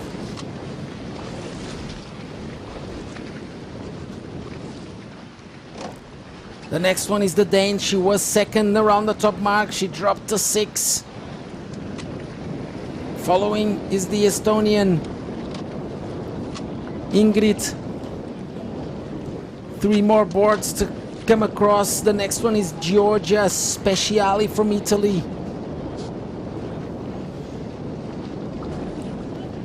Just 2 more sailors to cross the finishing line on this medal race. It will be Sofia from Poland. No, it's Blanca Manchon from Spain. And Sofia with not a great race here for the medals.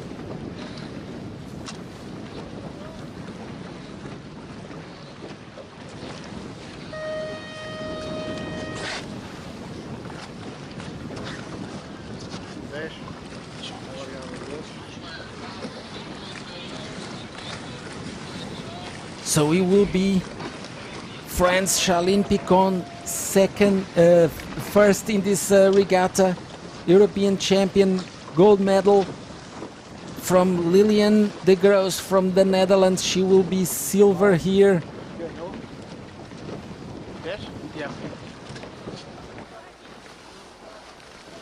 Sofia from Poland, she had a bad race, but I believe she will be able to hold on. Or maybe it's Marta Maggetti. Pedro. Maggetti. Marta Maggetti will be on 54 points. And Sofia will be on 55 points. Actually, we will see Marta Maggetti coming from 6th overall to claim the silver medal in these European Championships. An amazing comeback from Marta, Luis. And a big disappointed for Sofia because she was 2nd overall before this medal race. And she will not climb that podium. As we were speaking before, with these tricky conditions, with different pressures, everything can happen in a race like the boards, even more important the pressure. We will go for a short break here and we will be back for the men's fleet, for the medal race in this European Championship for the RSX class. Stand by.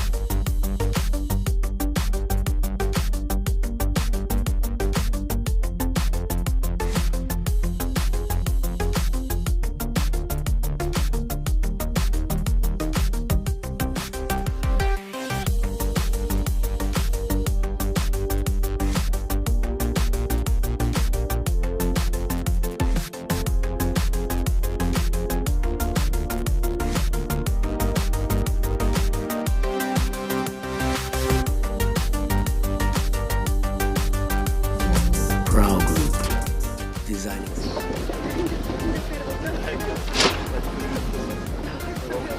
Obrigado pelo aviso, Pedro.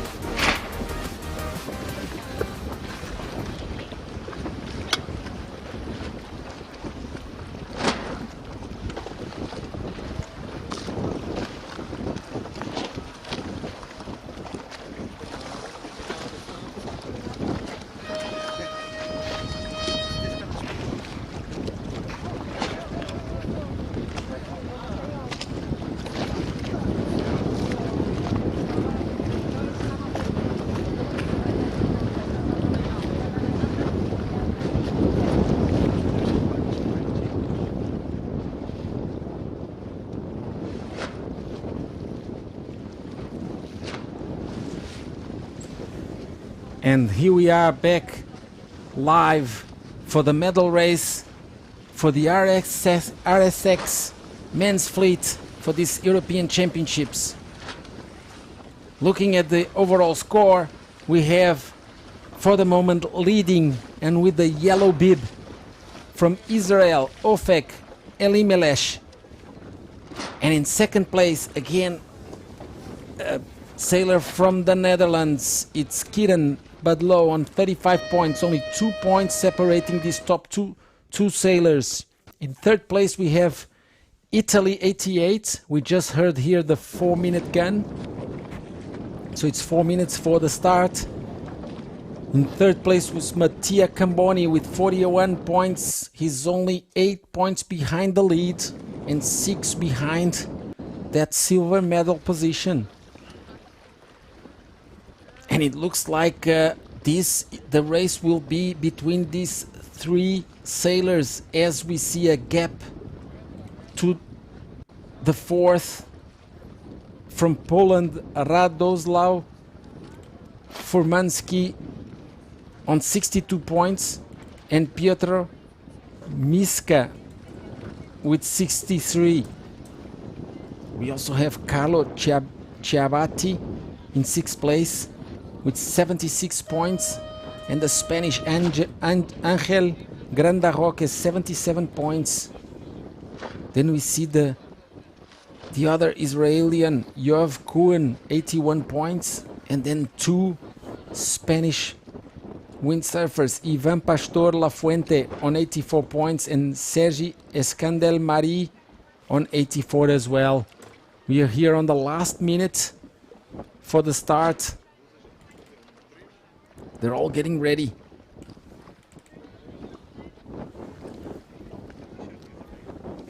Luis, it looks like the conditions improved and we have perfect sailing conditions at the moment for this final race.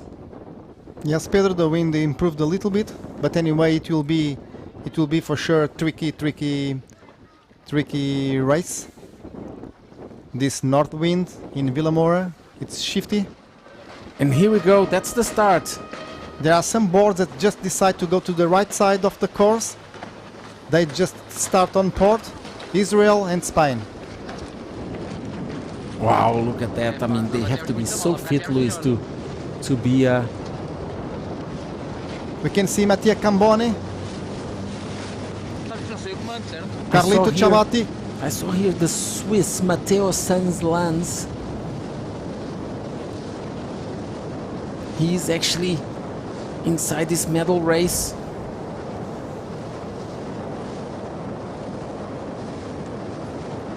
But the fight to follow is Ofek from Israel, Kieran from the Netherlands, and Mattia from Italy.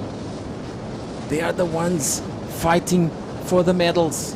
Nobody can get to them right now in the scoreboard. We see here Kieran, he started closer to the pin, went to the left, but already tacked onto port.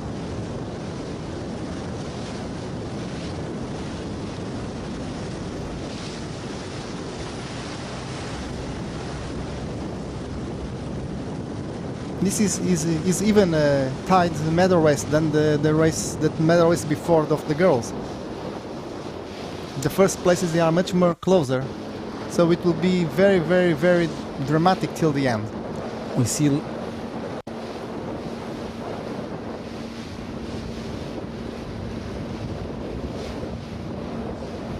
and Yes, it's the also Swiss. very interesting to see, Pedro, that on the top 10 of these Europeans, you can see 2 Italians, 3 Spanish, 2 Polish, 1 from Netherlands, And 1 2 Israelis. and 2 from Israel. So we have a few countries that are controlling the board, the RSX And we have the sailors Swiss as well. in Europe.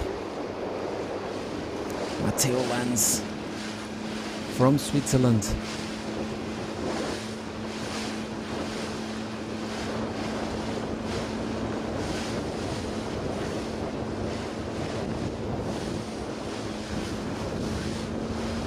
So this is the final medal race for the day.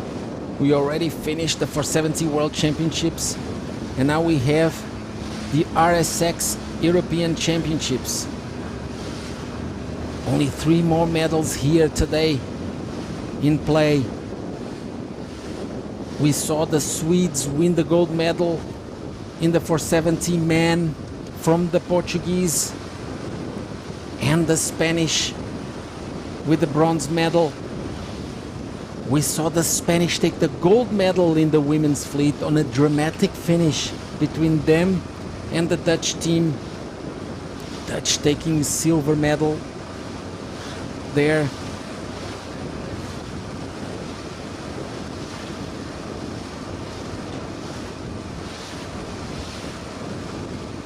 The bronze medalists for the 470 women were Elena, Berta and Bianca Caruso from Italy.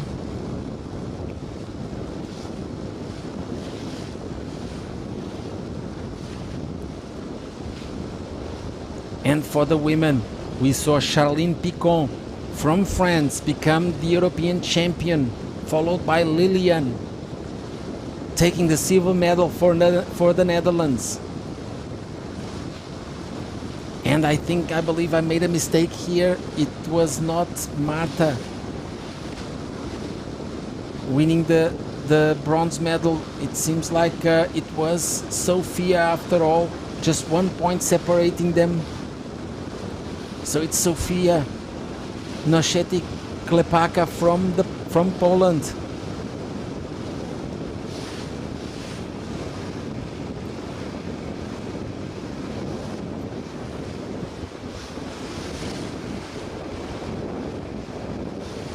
Here we are with the man sailing upwind on the RSX.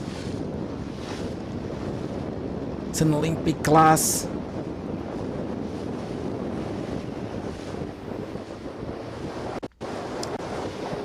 Beautiful sailing conditions here.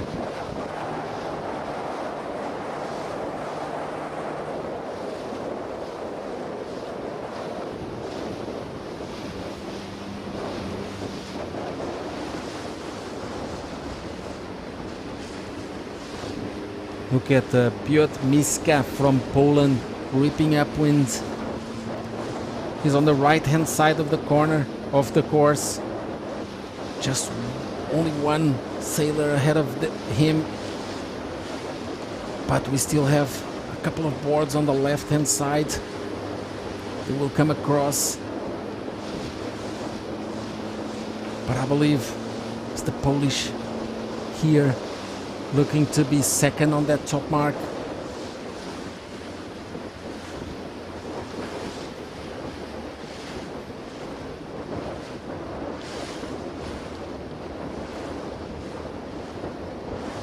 I try and find out where is the Israeli Ofek and the Dutch Kieran and the Italian Mattia. Who is gonna take the gold here?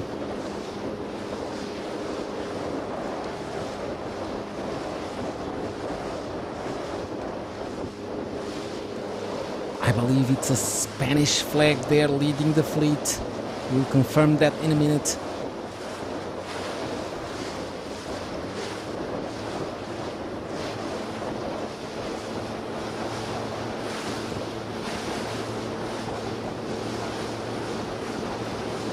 You can see the Israeli flag on that board there. Question is that Israel number 8, or is it Israel 253? We saw the Spanish go around the top mark. It was Angel Grande Roque and the Polish second. We see the Dutch Kieran here going around the mark. We see Mattia further back. And this is Israel 253 Yoav, so Ofek behind the Dutch.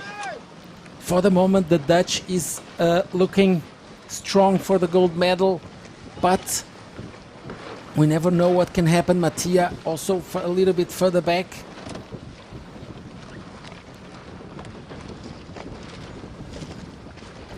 There will be a big fight downwind between Kieran and Ofek. They're only 2 points apart, so whoever finishes ahead will be ahead.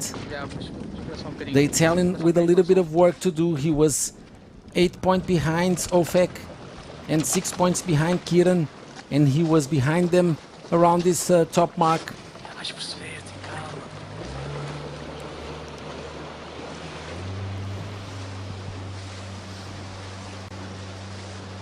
Here we are in the front of the fleet. Actually, we are not in the front of the fleet here.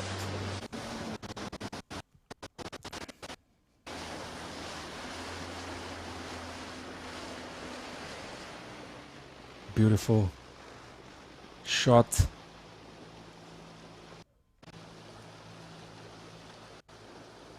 Spain won. It's Angel Grande Roque leading this medal race on the RSX fleet.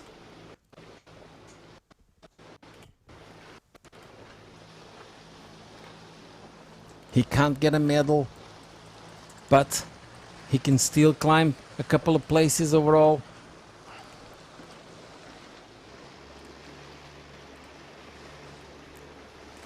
Whipping downwind here. The Algarve, south coast of Portugal, beautiful landscape, long sandy beaches, Praia da Falésia.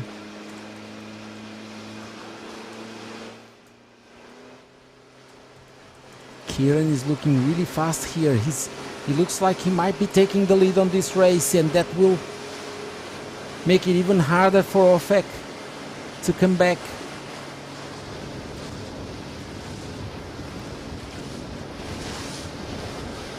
Also the Polish, he looks like the late jibe paid.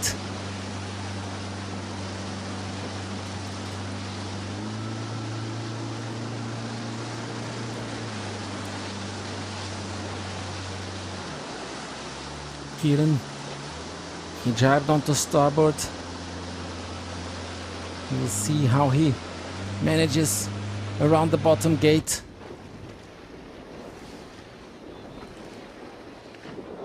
It's Piotr Miska from Poland.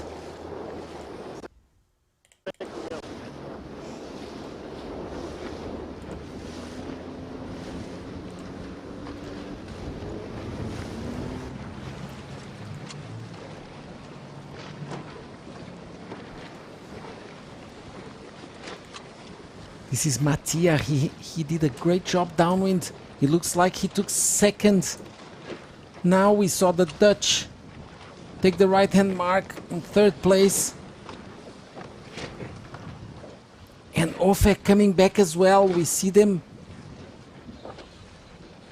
So first, second and third overall are now second, third and fourth in this race. It's really tight. It's gonna be a fight until the end, Luis.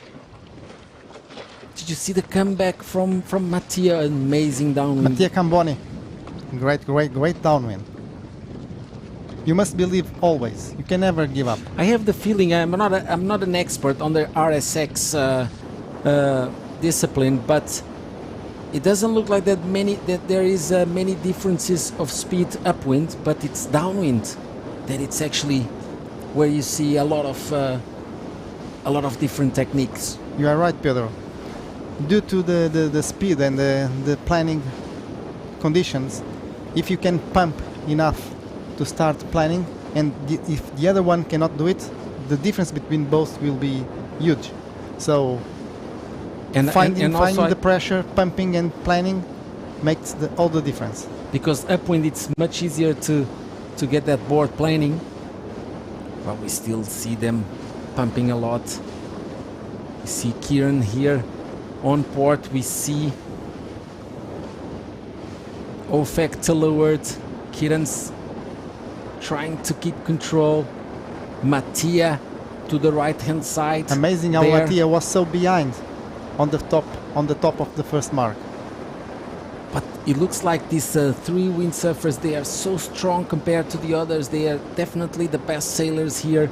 And Mattia, to win this event, he needs some boards in between him. He needs to win, and he needs some boards between him and the Dutch and the Israelis. So that's going to be really hard for him to see somebody else make a move on the Dutch and the Israeli. It will be very hard for him. I would not to be in the position like in the Kiko Belli's coach. Certainly is very, very nervous also with the situation. Luis, we can see here Kieran. He looks really in control here. He could be the European champion. We see the Israeli Ofek to leeward. It doesn't look like he can challenge the Dutch right now. We will see a crossing here. If the Dutch is ahead or not. He's tacking in front of Mattia and Ofek. He went a little bit further to the right. Now the question is if these guys are actually laying the top mark, Luis. I believe that that Mattia was trying to go really high to stay away from the You are right, Pedro. Mattia was going from high. the Dutch. Yes, he was going high to be with clear hair. And Kieran just went fast. Probably better VMG. He's looking good. He's looking strong here. We could see Kieran become the European champion in the RSX. Now it's just a matter of speed. I believe that Kieran now is saving himself for the downwinds. Once he go around that top mark, he will need to be pumping that sail, trying to keep that board planing all the way downwind to the bottom mark. We saw this on the previous run. Huge differences in speed. Also when they get a little puff with the boards, the difference of speed is huge, Luis. If they don't have enough pressure, they will not go fast. They will be stuck. It's completely stuck. You can see the wind dropping a little bit. The boards are not planing that much at the moment. I wonder where is Ofek and Mattia. They were further to windward on the starboard tack. They played the right hand side. But Kieran is looking quite relaxed there, Luis. Maybe he's still under control. I think if he saw a little challenge from the others, probably he would go for attack, Luis. What do you think? I do agree with you, Pedro.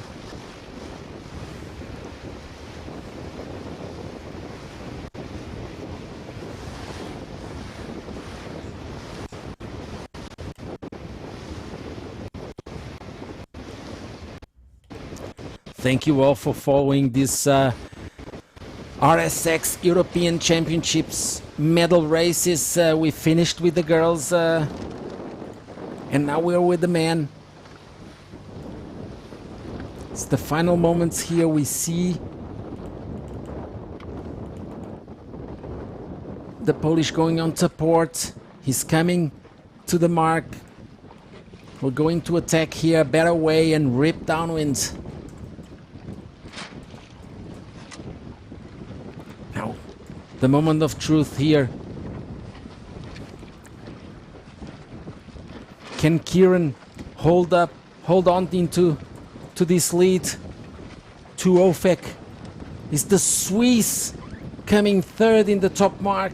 It looks like the left-hand side paid, Luis, because the Swiss came from the left and but also managed to overtake Mattia. But Mattia is still in a very good position. But Mattia is 6 points behind Kieran. Kieran is second, going downwind. Look at this beautiful shot here from Piotr Miska. I hope I can spell that right. You Polish watching here, forgive me if I cannot spell his name correct, but he's doing a great job.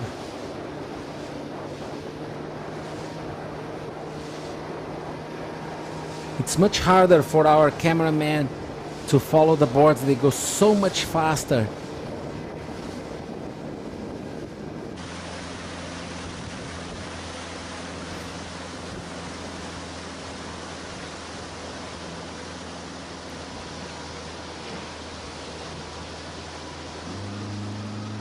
We're here at the top mark.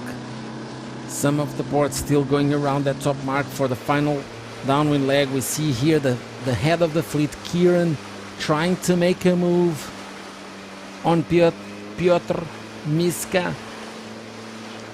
He looks in control. He looks like he will take the gold medal here at the European Championships. But he needs to keep an eye on his opposition. He needs to keep an eye on Ofek and Mattia.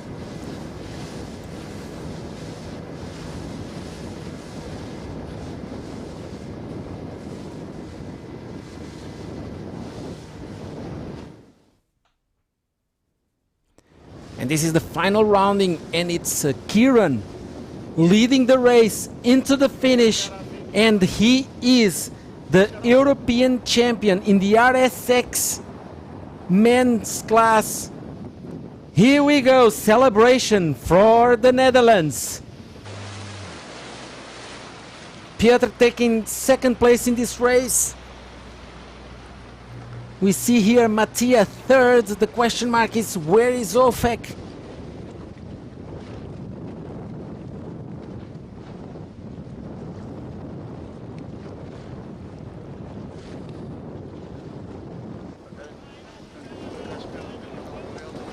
Great job here from Kieran, becoming European champion on the RSX class.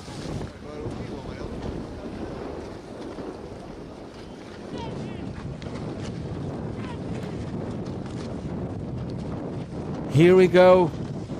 It's Ofek crossing the line, and he's a silver medal here for Israel. Ofek Elimelech, second place.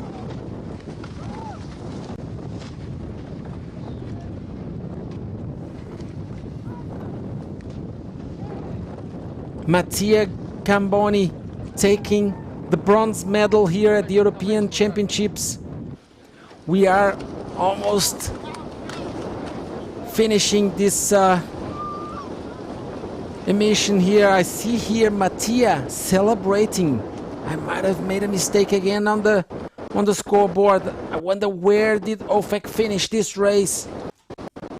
There was 8 points between these two.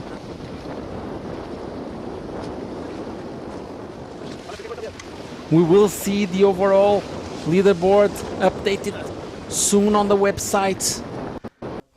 We are now coming into an end of this broadcast. It was a pleasure to be here.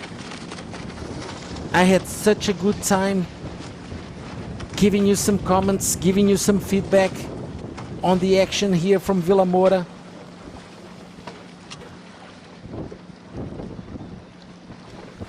Well, it's time for goodbye here. Thank you so much. It was really a pleasure to be here. Thank you, Luis Rocha, for joining us in this broadcast. It was a wonderful experience. I hope I can do this again, Luis. Thank you very much, Pedro. It was my pleasure. We can see also beautiful images from Mattia Camboni.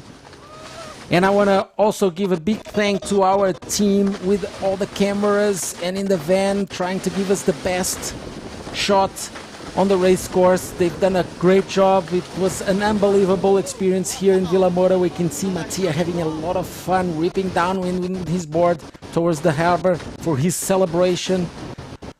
for the prize giving. Thank you all so much. I hope to see you soon somewhere. Who knows? It was my pleasure. Thank you so much. Bye bye, Luis. Bye, Pedro. See you Thank next very time. much. Thank you all very much. Bye.